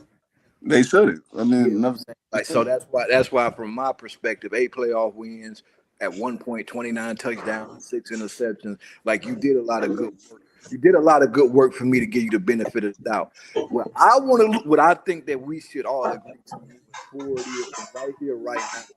Moving on from John Harbaugh, I don't know how many quarterbacks and offensive coordinators any quarterback can expect to get. Whatever is going on this year or this time period with Jesse Minter, Lamar Jackson has to figure it out.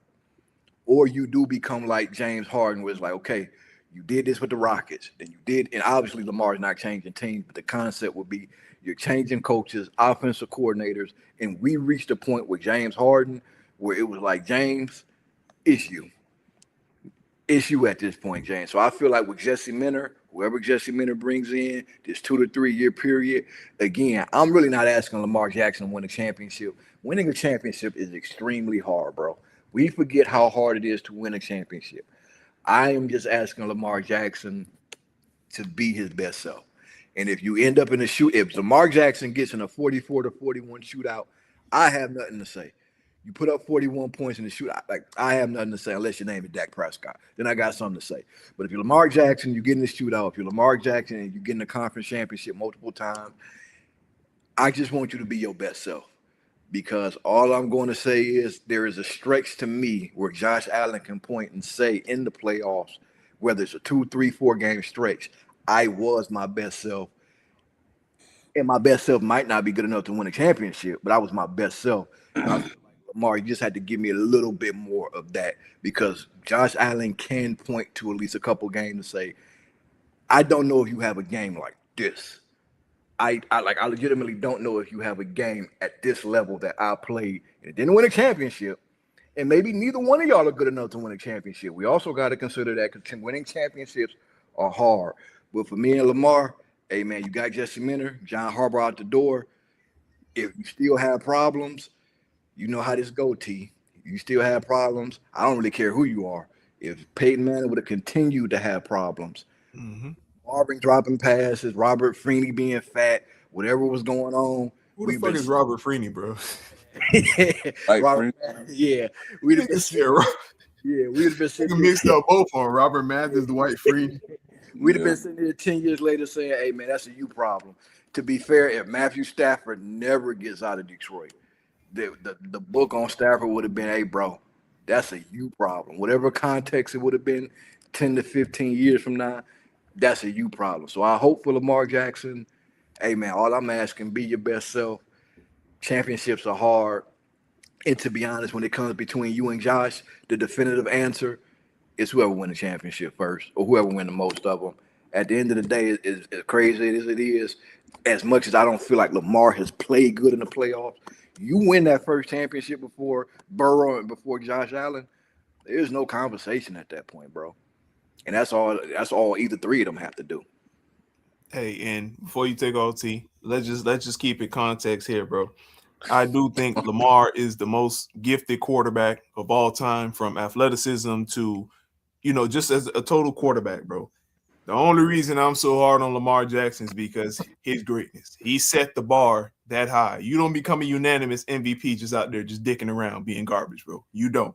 You don't become a 2-time MVP and set completion percentage records and have the touchdown to interception ratios that he had just bullshitting out there. So I don't want people to think I just hate Lamar Jackson. I ain't gonna lie, bro. That clown kind of crazy though. Say it again. That weather thing was kind of crazy though, bro. No, I had to check, bro. I had to check. Like, bro. I had to go look. Gino, I had to look. Gino, I said, is it raining? Is it snowing? That was the hell on earth. That was the worst talking point that boy ever made in his life. Hey, nah, bro. I had to go check, bro. But anyway, outside of that, bro, like I said, I'm a Peyton Manning guy. I seen a bunch of games where Peyton did some good. Defense failed us. I seen games where Peyton failed us. The narrative was there. It was going to stay there until he got to that Super Bowl and he won. I was there at the Super Bowl in 2006. It was pouring down. It felt like a hurricane out there. I was scared out my mind, too, because if he failed this time, bro, it was it. That was it. All them MVPs, it wouldn't mean shit. Hurricane. Bro, I swear to God, bro, it was pouring like a motherfucker out there, bro. I got pneumonia. Like, it was that bad, bro. Like, if he didn't pull it off that game, bro, that was it, man. And it was a complete team effort. But, bro, if he sunk the ship that game, it was over.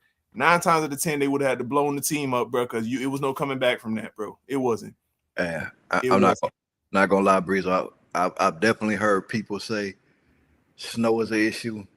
It's the first time in my life of just a clear day is an issue. No, I had to make sure. No. I think I missed the point I made. I said, bro, when I said I had to go check the weather, I had to check to see, was it raining, was it snowing or something. I didn't say the sun was the issue. Oh, okay. I had to go check and see, like, was it raining? Was it? He went to check the weather, just to come to the conclusion. Oh, Lamar must have been throwing bullshit out there. He had to be a combination of both. He didn't go look at the film. He didn't go watch the game. Because look, man, like it was a sunny day. Lamar must have been on bullshit. Like I said, bro, if he was Justin Fields in the regular season, bro. Like I said, that year, 66% completion. If he was Justin Fields in the regular season, cool. I can understand, bro. But how do you go from saying, okay, the nigga ain't complete nearly 20% of his usual, so it's a problem. I come back there and say, well, niggas had the most drops in the playoff game. Man, that nigga was out there throwing dust, bro. The weather said it was. I said, bro, it had to be. I did not say the receivers didn't fail him.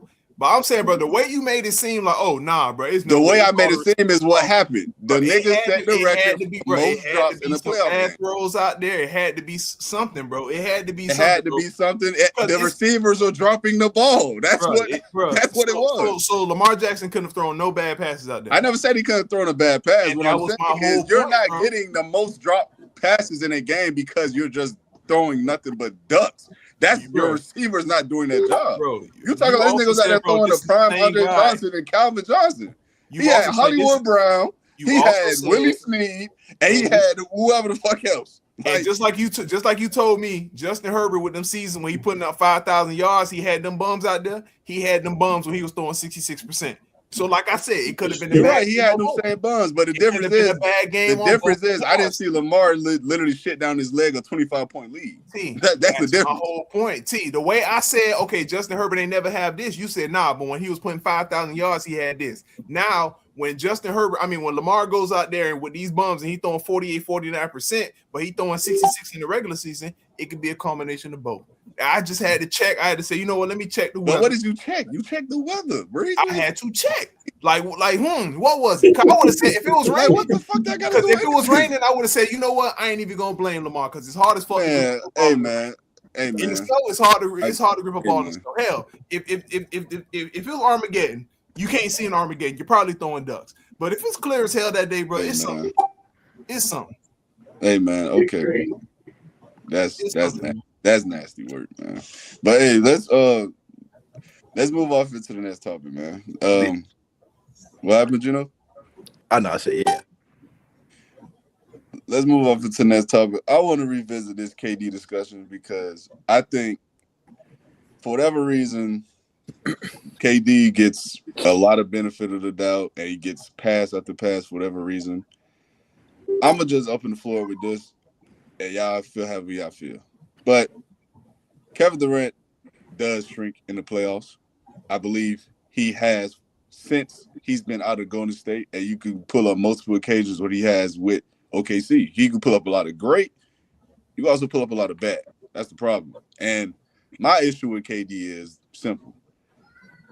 If you're not the 1A, 1B situation, you're not this superstar player that many people have pointed you to be. And superstar talent, superstar, you feel me, skill set, the superstar player and the resume, no. I mean, I get he's an MVP, league-leading scorer, arguably the greatest scorer the game's ever seen. When it comes to these playoffs, when it comes to the postseason, when it comes to these need-to-have moments, he's not the same guy. That's not me operating just off of what I believe. That's literally proven in the games and in statistics. So whoever want to go first, man, go ahead. But I got more. Let me start this off because y'all know we team Katie over here. All right. So let's nip that in the bud. Let me ask you this. What do you mean? What do you mean by since he left Golden State, he hasn't been you got to expand on that because literally he's a loser.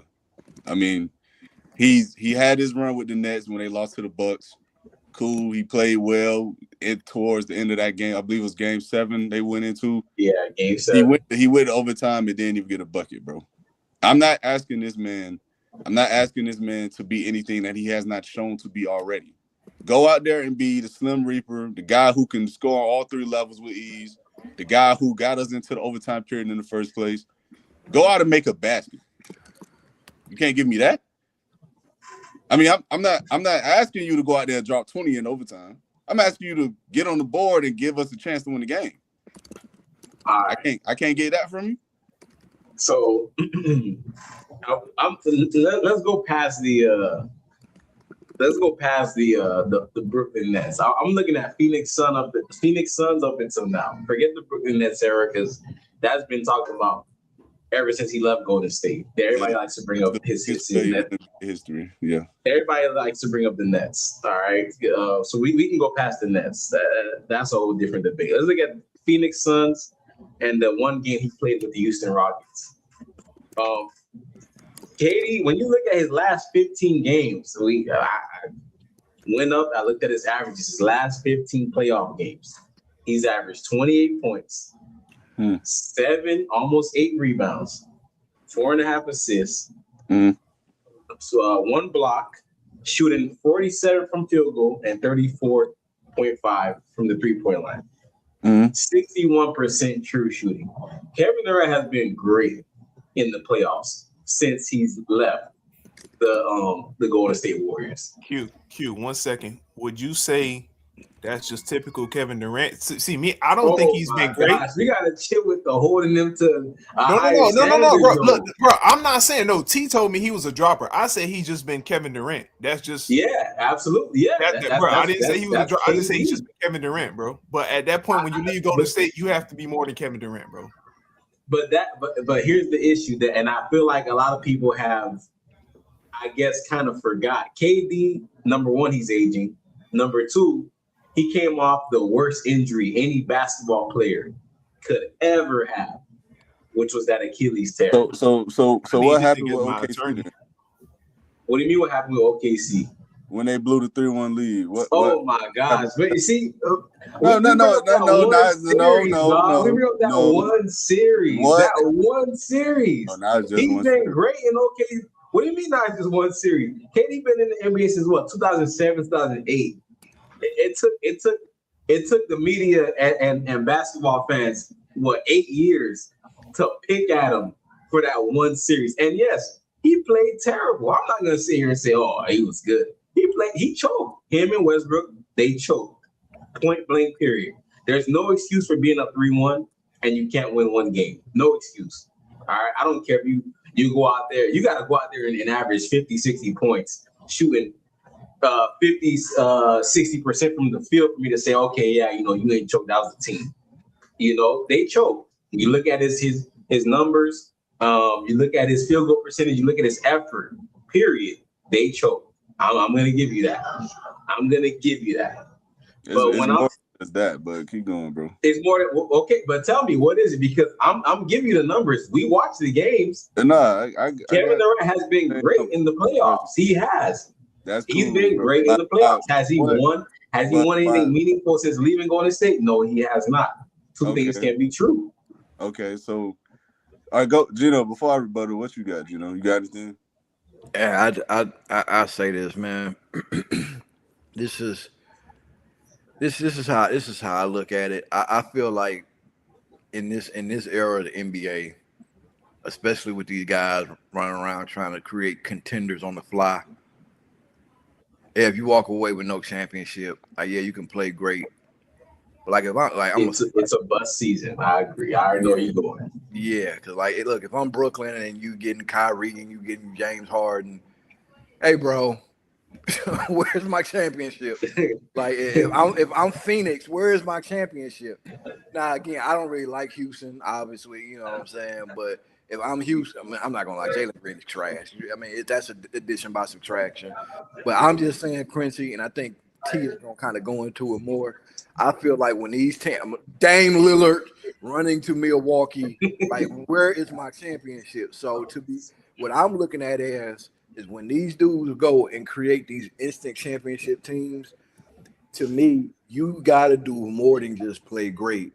Where is my championship? At that point, though, the question is, what more can you do? Because if you're telling me I got to do more than average damn near 30, 8 and 5 while shooting 50%, damn near 50% from the field, what more? What? You're holding me to unrealistic standards. What more great can I do at that point? Yeah, I would say, and now we're gonna get into the subjective for a minute. I would say this, Quincy. Me personally, I wonder. I'm gonna do it like this. We've all worked jobs before, right?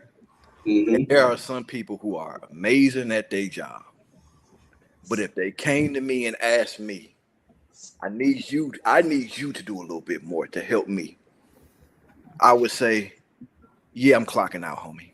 Have a good day. And then there are other people that can come and say, Gino, I need just one more hour to help me get this report done. I got you, bro. I feel as if Kevin Durant is such a hoop first dude that when maybe he picked people who, for whatever reason, don't want to do more with him. I don't feel like Kevin Durant can get. I don't believe he's that leader that can get that sacrifice from other players. And again, this is subjective. I don't know Kevin Durant, but from the outside looking in, I feel like Kevin Durant.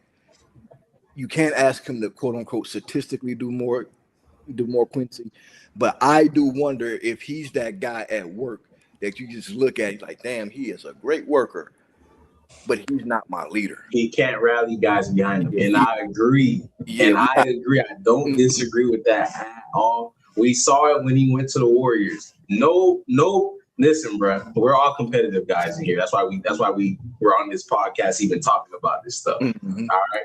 I would have never done what Kevin Durant would have did. I would have never done that. You know what I'm saying? 100%. I don't disagree with it. I don't disagree with it. I'm not running to the ops. I'm not running to a team I just lost to go and win a chip. All right. I'm not going recruiting guys every offseason to go and win a chip. All right. Especially when I hear all the noise. That I can't lead. I'm not a winner. Yes, Kevin Durant is not that person. He's not that guy that you're gonna go to and say, hey, I need you to really rally the team behind you. I need you to be the vocal. I need you to be that locker room presence. I need you to get the young guys behind you. I need you to get Draymond Green in order. He's not that type of guy that you're gonna go to get that stuff done. I don't disagree with that. But the way I took the question that T asked was Kevin Durant is a loser. The way that I see that now, can we say that he has a loser's mentality? Absolutely, he does. But to just blatantly call a man a loser, again, just look at this. The last game they played against me, and I love bringing up this game because a lot of people said the same thing when he lost in Phoenix, his last playoff game in Phoenix, and they got rid of him the following season. He demanded out, he wanted out.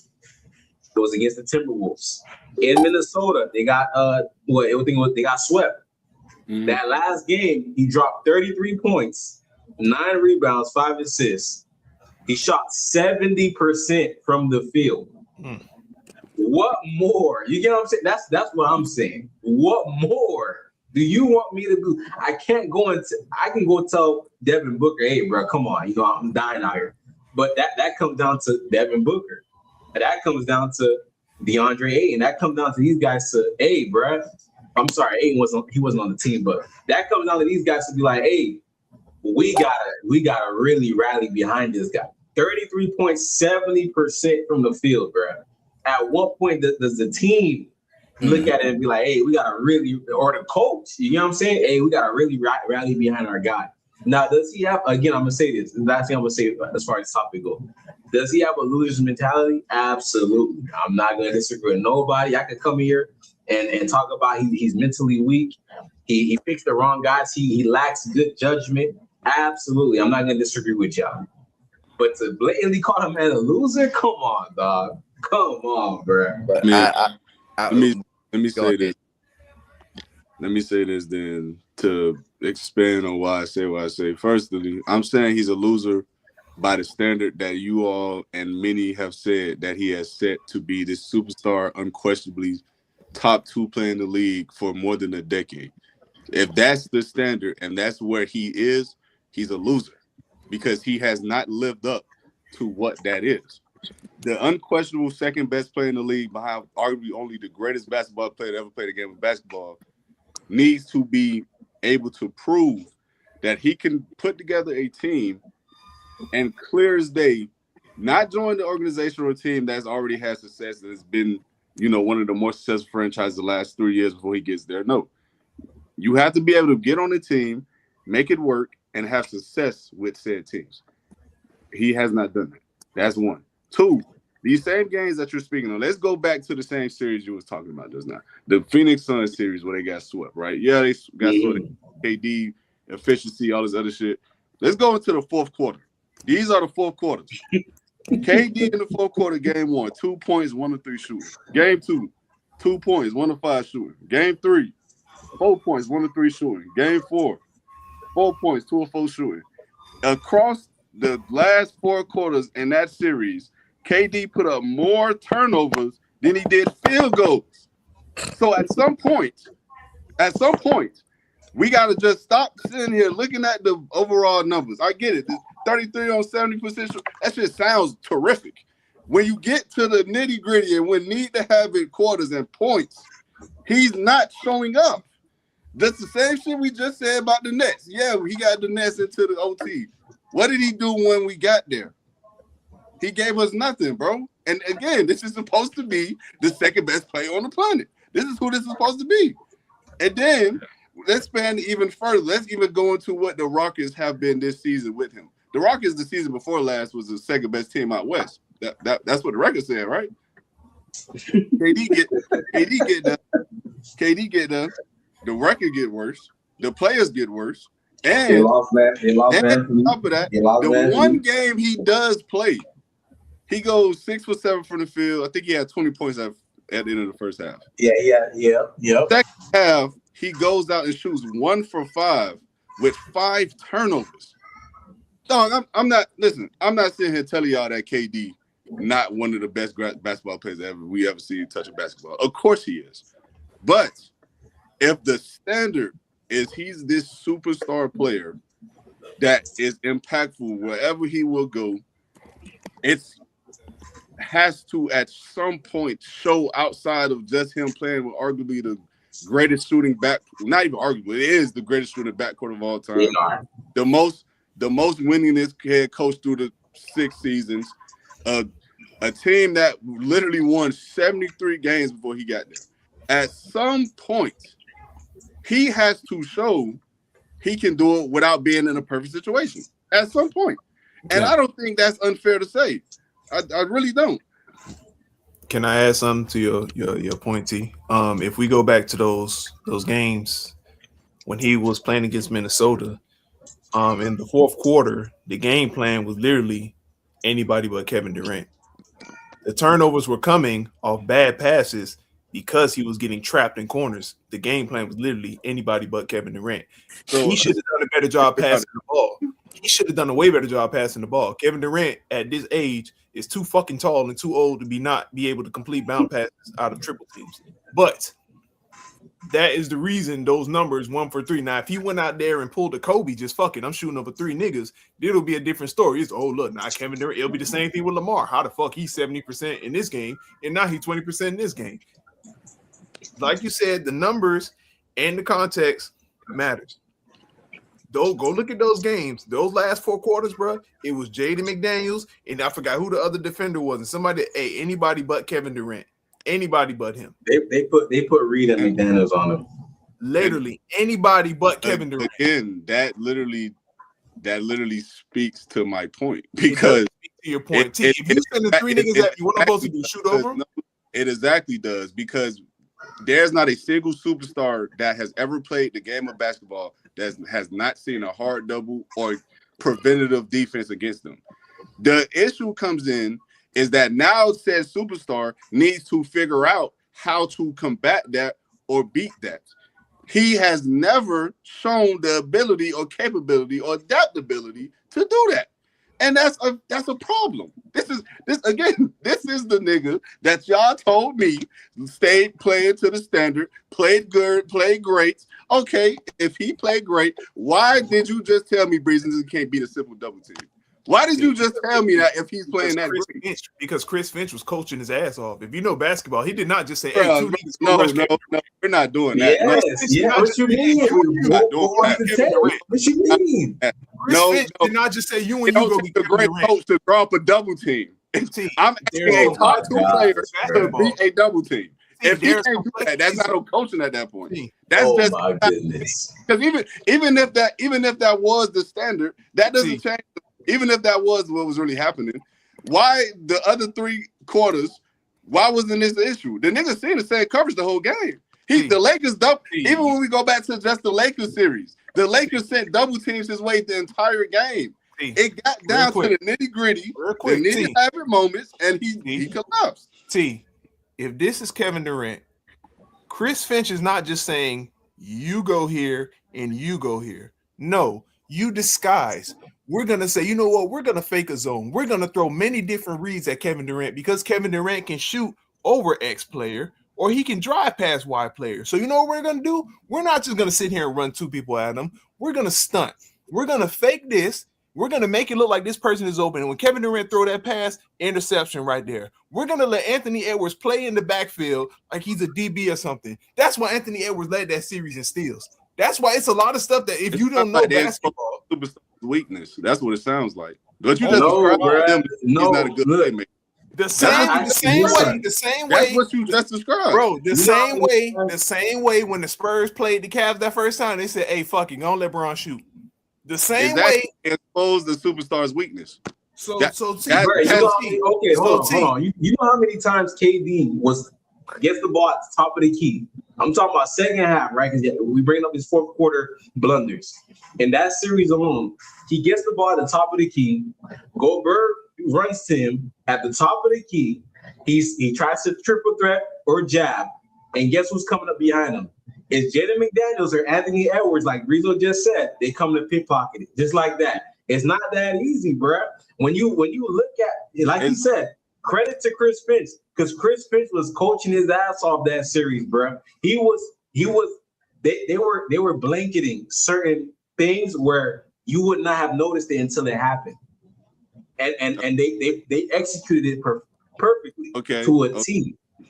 Okay, so let me ask this: if all the credit goes to Chris Finch for that series, right? And let's say that's true. Why is this happening everywhere else he has ever been other than Golden State? Why did it also happen with OKC? Why did it also happen with the Nets? Why did it also just happen with Houston? If again, let's say for the sake of argument, I give you that. Why is it also a continuous problem everywhere else? If that's the case. T, what's the continuous problem, T? What the fuck? He said his fourth quarter. You got it, bro. KD can't do no more than what he's been doing. His fourth quarter. Okay. So T, the same way with that, and that's why I said, hold on, Breeze. Let me say this. The problem I have, and that's why I didn't even give a rebuttal when it comes to the fourth quarter stuff, right? Because we just saw it with Wemby, who's way younger, way more energy, and when Wemby just got into this, right? We just saw it with Wemby. When you have a guy playing 40-something minutes, doing everything offensively, and he's the one protecting the rim, he's gonna be tired. You cannot expect him to go into fourth quarter and overtime still carrying that load. And I said that about the Nets series, and everybody, game 7, he had no point. You telling me I gotta face Giannis and a double team. I gotta face Giannis +1 offensively. Then I gotta get back on defense, face Giannis again, protect the rim. And then you want me to go into OT and do it again after I just played 40-something minutes. And that's fine. Y'all know how exhausting that is. And to add to that, Kevin Durant actually did something that he never does that game. Kevin Durant did something that he never does that game, bro. Kevin Durant played every minute of that game. That's what I'm saying, though. That's what I'm saying. And I'll give you one better. LeBron James is the ultimate basketball mind. LeBron James is the ultimate basketball player. That game when J.R. Smith threw that stupid-ass pass and didn't shoot the ball, and LeBron had 51, 8, and 8, what did he do in overtime? He did nothing. Exactly. It happens, bro. You get tired. When you do everything on both sides, you get tired. You gas out. Yeah, the problem is, he has been on a team. Again, I asked y'all if that's what it is, why is that the situation and why is that the case everywhere? Because, like I said, KD has bad. Bro, he has bad judgment when picking teammates. At some point, this is who you are. He has bad judgment when picking teammates. He does, and that is a fact. We're not going to sit here. I'm not going to sit here and make excuses. He has bad judgment. If that's the case, Quincy, again, if that's the case, that is not now an excuse or reasoning to why he is underperforming to his standard. That's not it, bro. I'm not. Hey, respectfully, that shit sound like bullshit. Bro, you just saying at this point, there's nothing he can do because I gave you the stats, I gave you the context as to why because we just saw Wemby go through it. We just saw Wemby in the finals go through. And people also said Wemby needed to be better as well. That will make it seem like people get how much better. But that's what I'm saying. Because when you watch the games, I'm watching Wemby rotate every possession. I don't care how much better do you want him to be? Giving up a rebound against Mitch Robinson when you got possession. Time out. Mitchell Robinson got one job. Mitchell Robinson got one job. His one job is you're a victim. Hold on, time out. That's some real stupid goofy ass shit you just said. No. He has possession on the nigga. What are we saying? Brunson don't got a rebound. Go pull up Mitchell Robinson numbers, bro. He is a historic offensive rebounder. Go. He's in the game for that one reason. I'm telling you that does not matter. It does matter because you making it seem like he gave a rebound up to you or me. A top 3, top 5 player in the league. It doesn't matter. Mitchell Robinson is a better rebounder than Victor Wembanyama. Mitchell Robinson is a better rebounder than Victor Wembanyama. Y'all know how Mitchell Robinson is a better rebounder than Victor Wembanyama. He went and did one job and he did his job. If you go out right now and try to go play offense and defense against your local pickup ball, Dude, I'm not expected to be the best player in the series or in the NBA. You having that standard is not the same. Like, no, bro, you just said, no, TC, you said he gave up an offensive rebound to Mitchell Robinson, who's historically an elite offensive rebounder. I'm saying in that moment when you need the board in order to steal a game, I don't give a fuck. I don't give a fuck if it's Kareem Abdul-Jabbar on the other side of you. You're supposed to be the guy. Get the job done. If Mitchell Robinson took the ball 94 feet and hit a step back 3 over Wemby, I wouldn't give you no argument. But the nigga did what he's religiously paid to do.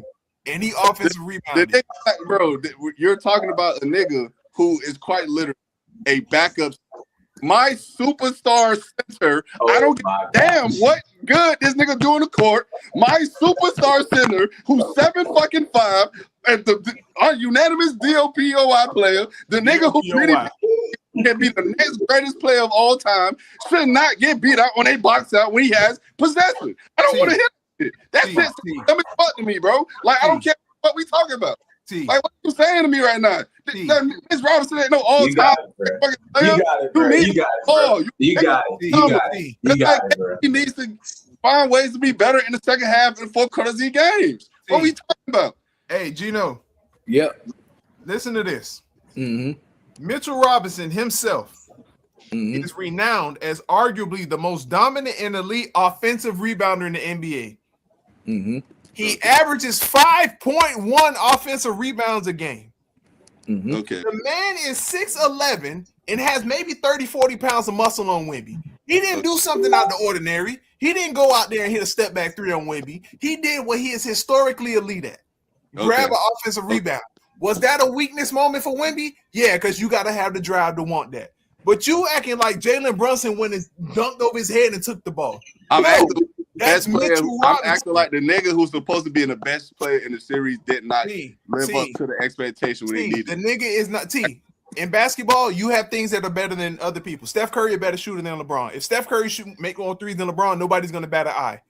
Mitchell Robinson is a way better rebounder than Victor Wembanyama. He did his job. Get him flat for not having as many offensive rebounds. I said he did his job. But when you say you cannot get beat by the nigga next to you, especially when you had inside position and leverage. But you lost to a nigga who made his whole career on that. That's the thing. You lost to a specialist at that. Okay, so again, if fucking Steph Curry went out there and hit a game-winning 3 in Game 7 over LeBron, no one would have gave him flat because he was a 3-point specialist.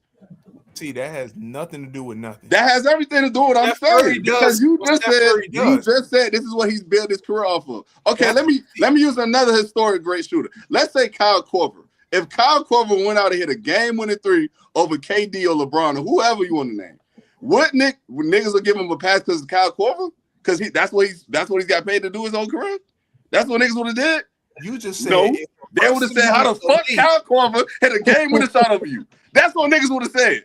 Just like I'm saying right now. I don't care if Mitch Robinson is the all-time historic. I don't give a fuck. He was the greatest offensive rebounding center of all time.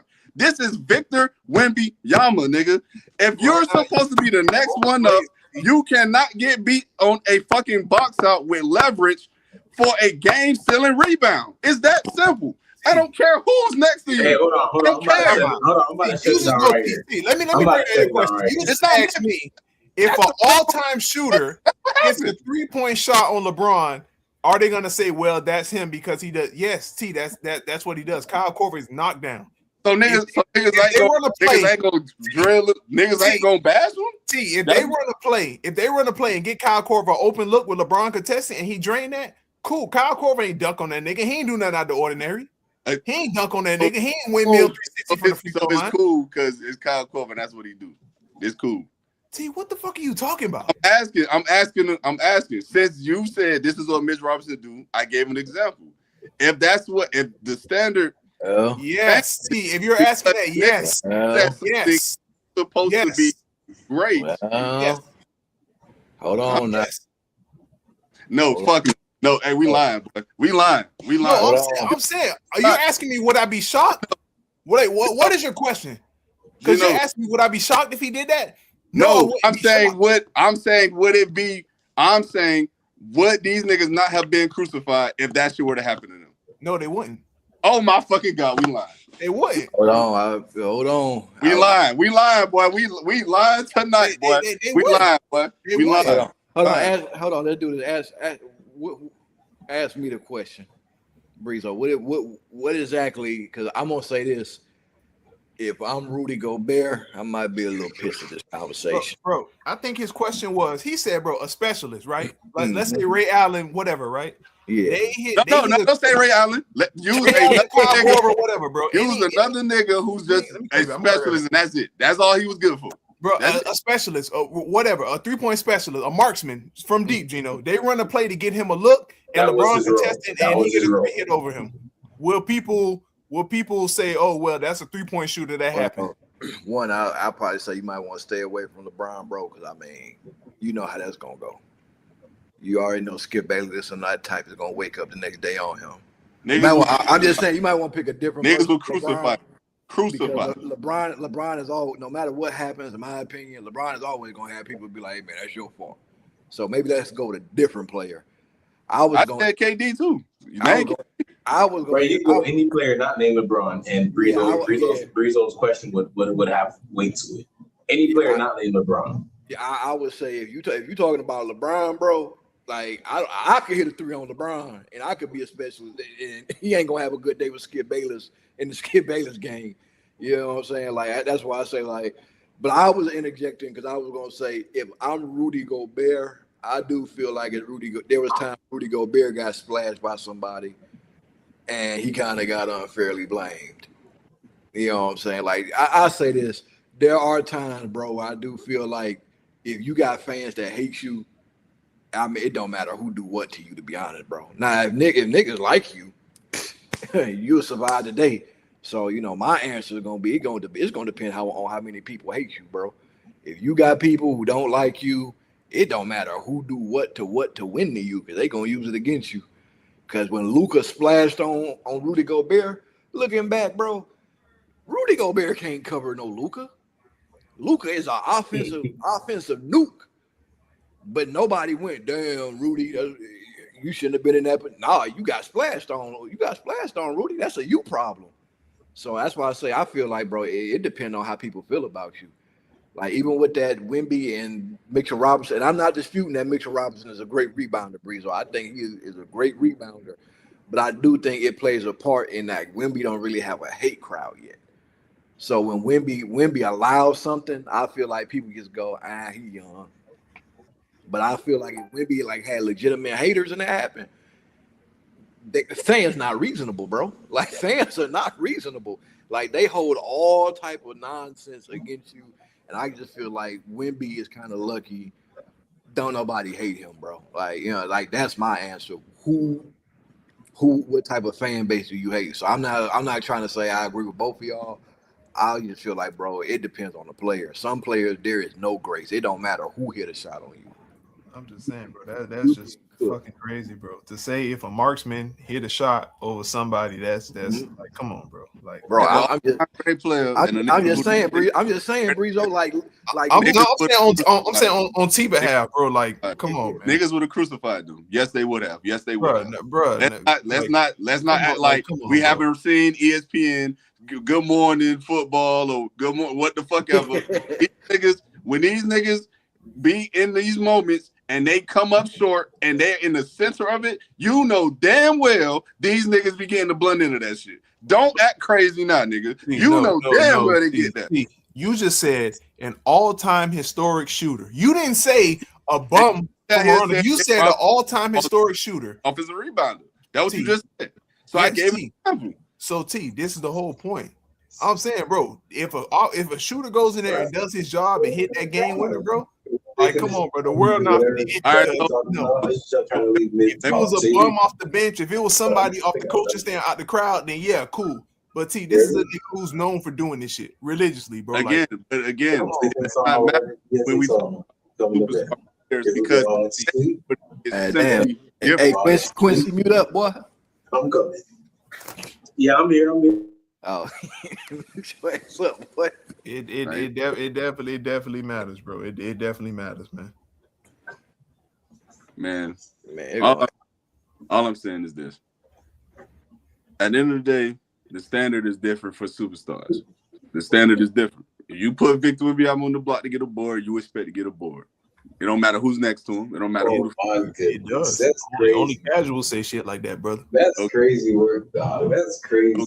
Only casuals, bro. Nah, it's not casual at all. It's a fucking. That's very casual, bro. Standard niggas hold the all-time greats to. No, because everyone knows no matter how great you are, niggas didn't have a weakness. Man, David Robinson down there, Shaq. You may not be able to score. No, niggas still gave Shaq the ball and said, "Figuring it out." That's everybody what you naming guys who ain't doing it 100% on both sides. I'm talking about guys who are legit out there 40 minutes. Everything on offense and defense. Gino, yes or no, Gino? Yeah. If you put Victor Wembanyama on the block for a game-sealing rebound, do you or do you not expect him to come up with the ball? As Mitch Johnson. Yes, I expect it. Absolutely. Okay. So if you both listen, hold on. If you both just said that's the expectation, why is it unfair of me now to say he came up short? Because there's context to it. You have to add context to it. Okay, Gino, you heard what he said, right? You expect Mitch Robinson is a backup center who's a good rebounder. I don't give a fuck.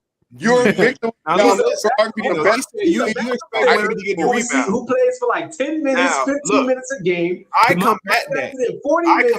I play chess. I need one. Weight difference. You can't give me somebody who's better than you on the rebounds. He's been doing it. Now you gotta fight for it. After you play 45 minutes, you're like a gazelle. Your legs are come on, bro. This guy, Mitchell Robinson, is playing 10, 12 minutes a game. He's coming in to either rebound or do something. Put it all in context. You talk about a guy coming off the bench. Put it in context, bro. Well rested, fresh legs, and the guy. That's what I'm saying. I agree. I think that both sides have that expectation. I still think the Knicks expect Mitchell Robinson to get the rebound, and that's why they put him in that position. Notice they didn't put Cat down there. It's a reason they didn't put Cat down there. Yeah, I agree. Who's down there? Victor Wembanyama need to get forward. He didn't. No. Like he didn't. No, don't say this. So look, hold on, wait, real quick before we move on. If Prime Andre Drummond was down there, you expect Wemby to get that? Yes, because Andre Drummond has never been or to the caliber of player that Victor Wembanyama is. I do not care who's next. I just told you I don't care if his career might do tomorrow. I expect Victor Wembanyama, the best player in the league by what niggas were saying by that point, to get a game-stealing rebound. I don't care who's next to him. I don't give a shit. And that's the reason why you can't be a coach, because you don't have a grip on reality. If you really sit there and believe there's expectation that if this is my best player, I need my best player to give me the biggest moment. Your best player is not your best offensive rebounder. You expect them to go do something that they're at their best. First of all, it's not an offensive rebound; it's a defensive rebound. He had leverage. He had possession. He got beat on the box out. That Victor Wembanyama does not have the frame all or effort. the That's weight all effort. to combat somebody. Nigga, Breeze, you're a coach. Boxing out isn't just about who's bigger. It's about possession. He had possession and still lost it. T, what the fuck are you talking about? T, box weight and everything matters in boxing out. So you never seen a point guard box out a center for a rebound? T, what the fuck? Bro, how rare is that though, bro? Come on, bro. How rare is that, dog? I'm saying it because it happens and it has happened more than once. I'm not expecting somebody with a 50-pound weight. This is where Mitch Johnson showed he was. All right, so if that's the case, don't tell me Victor Wembanyama I'm a top 5 player. Don't tell me rebound. If it's too much for me to expect for him to get an offensive rebound, a defensive rebound is still a game. Don't tell me he's a top 5 player. Don't tell me he's a top 5 player. If it's too much to expect for him to get one rebound to still a game, top 5 player. Let me ask Quint. Let me Mind ask you, this is the same guy who said it's too much for Lamar Jackson to be the team that scored. He trolling, bro. Nah, he trolling. No, it's not trolling because y'all. I'm asking this nigga. Y'all like I'm making it seem like I'm trying to ask this nigga to go out there and get 25 rebounds. No, I'm asking for one possession. But you not putting it into fam. You talking about a guy who legit is moving and chasing around everyone on defense, and he's expected to move and run an offense on the other side of the court. He don't run offense. Well, I mean, come on. He don't run the offense. He literally plays off has to win Fox. The offense flows through Wemby. It flows through Wemby. No, it does not. No, yes, it does not. Yes, it does. Yo, man, that's besides the point. Let me ask this question real quick, Quincy and Breezo.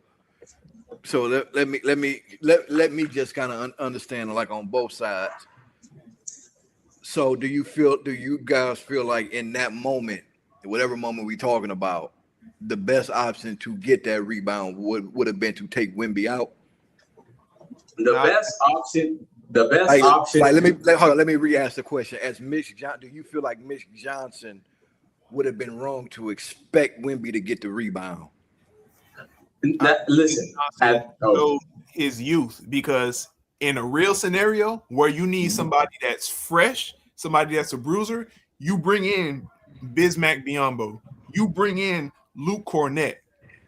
If you have Wemby 44 minutes, bro, and you expect him to swim, move, and wrestle, because Mitchell Robinson was in there to wrestle. Why with Breeze if he has inside leverage? What are you describing? You're not describing the situation. You're not describing the situation that happened. Anyway, I'm answering Gino's question. In that moment, do I expect him to get it? Of course. Victor just didn't have that dog in him in that moment. He didn't have that dog in him. It had nothing to do with the skill. He didn't have that dog in him. He didn't want it enough. That was the problem. Athletically, he can grab just a rebound on his bare feet. He just didn't have that dog in him. He didn't. So to combat someone putting in the best offensive rebounder in the game, what do? You go to somebody who can equally rebound or bang down low on the block with him. You don't put the player that's played 43 minutes and weaken the legs right now and say, you know what? Go get this game-winning rebound. We know you're gassed, but go get this game-winning rebound. Go ahead and do that. Go ahead and do that. That's the whole. That Mitch Johnson showed he's a young coach at that time, because Greg Popovich would have put a Tiago Splitter in. He wouldn't have put Tim Duncan in that situation. He would have put Tiago Splitter in. He would have said, matter of fact, switch sides. Tiago, you get over there with Mitchell Robinson, since he like to swim and pull and do all this, because I may need you on the offensive end. I don't need you burned out wrestling with this nigga. Because that's the whole reason Mitchell Robinson was even in the game. Wrestle with Wemby, make him tired. That's it. Anything he did offensively was extra. So Mitchell Johnson showed his youth in that. He literally showed his youth. And that's the problem, T. Victor Wembanyama is great, but there are some things he's not all-time at. He's not an all-time rebounder. Mitchell Robinson is nothing but a rebounder. That is his job. Move niggas out the way and get rebounds. That's it. And you put him in a situation where you could have said, hey, Bismack, get your big Aki ass in here, get that rebound. Luke Cornett, get your big Aki ass in here, get that rebound. Nah, fuck it, Victor, you go ahead. Matter of fact, I'm going to put Castle on the other side too. So we're taking out our best player to put in someone worse because he's not. Oh, my God. Put your best player. That's what you literally weak. said he's not an all-time great historic rebounder. You don't put your best player next to a player that he has a weakness against. The whole plot on Victor is what? Victor need to get in the gym. Victor need to hit the weight room. Put somebody there to combat that. You have a bunch of niggas on the bench. So you're saying that's not his strength, right? That's not his strength, right? Nah, T, that's not his strength.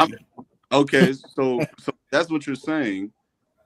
Again, if he is supposed to be what people said going into the series, a top 3, arguably in the league, why is it unfair for me to sit there and say, I need you to figure it out in this moment right now to get the board and steal the game? Why is that unfair for me to say? It's the same way people say Luka is a top 3 player and he can't play a lick fucker defense.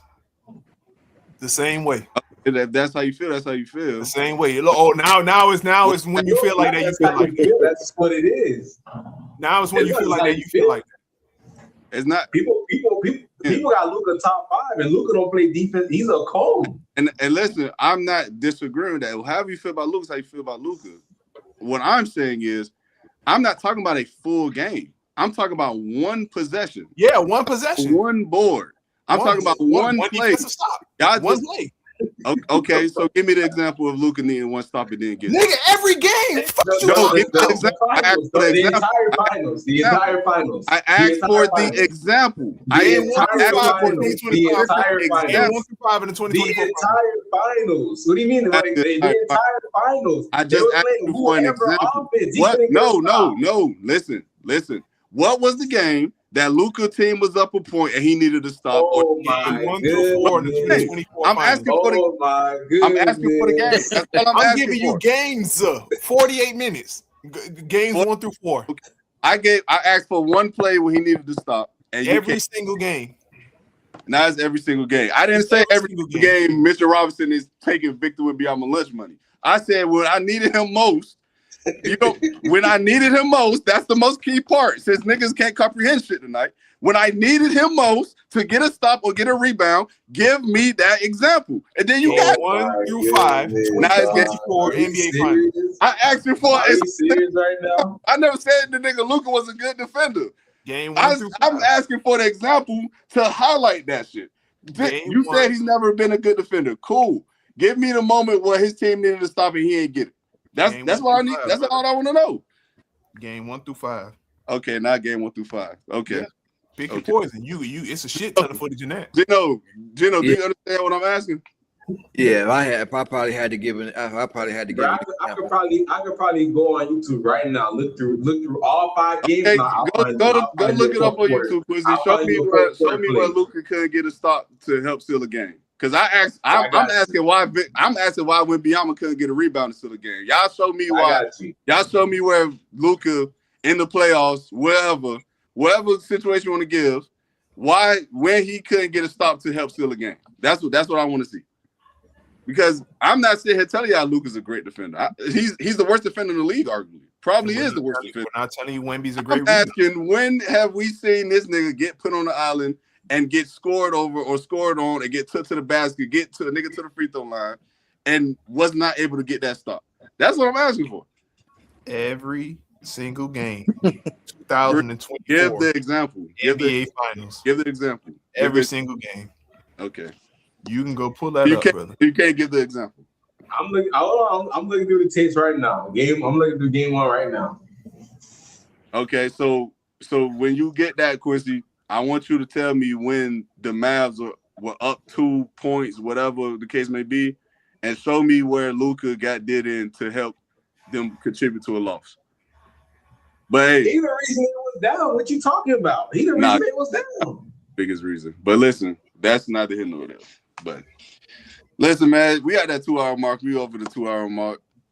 I'm gonna call it a show here, man. Longest show we've done in quite some time. Appreciate those who tuned in. Thank y'all for showing love. Thank y'all for being around, supporting. If you're not doing so already, hit that like, subscribe button. Hit that bell notification. Whenever we go live, you'll be notified, as well as the fact that, you can follow me on my other social media platforms, whether it's Instagram, whether it's Twitter, whether it's Facebook, whether we're currently live as well.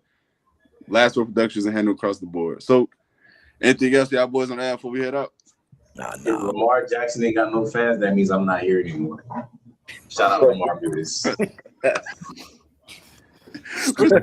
Pussy, bro. Delays is preposterous. Nothing wrong with pussy, boy. I'm gonna fuck with y'all boys, man. Yeah. All right, y'all.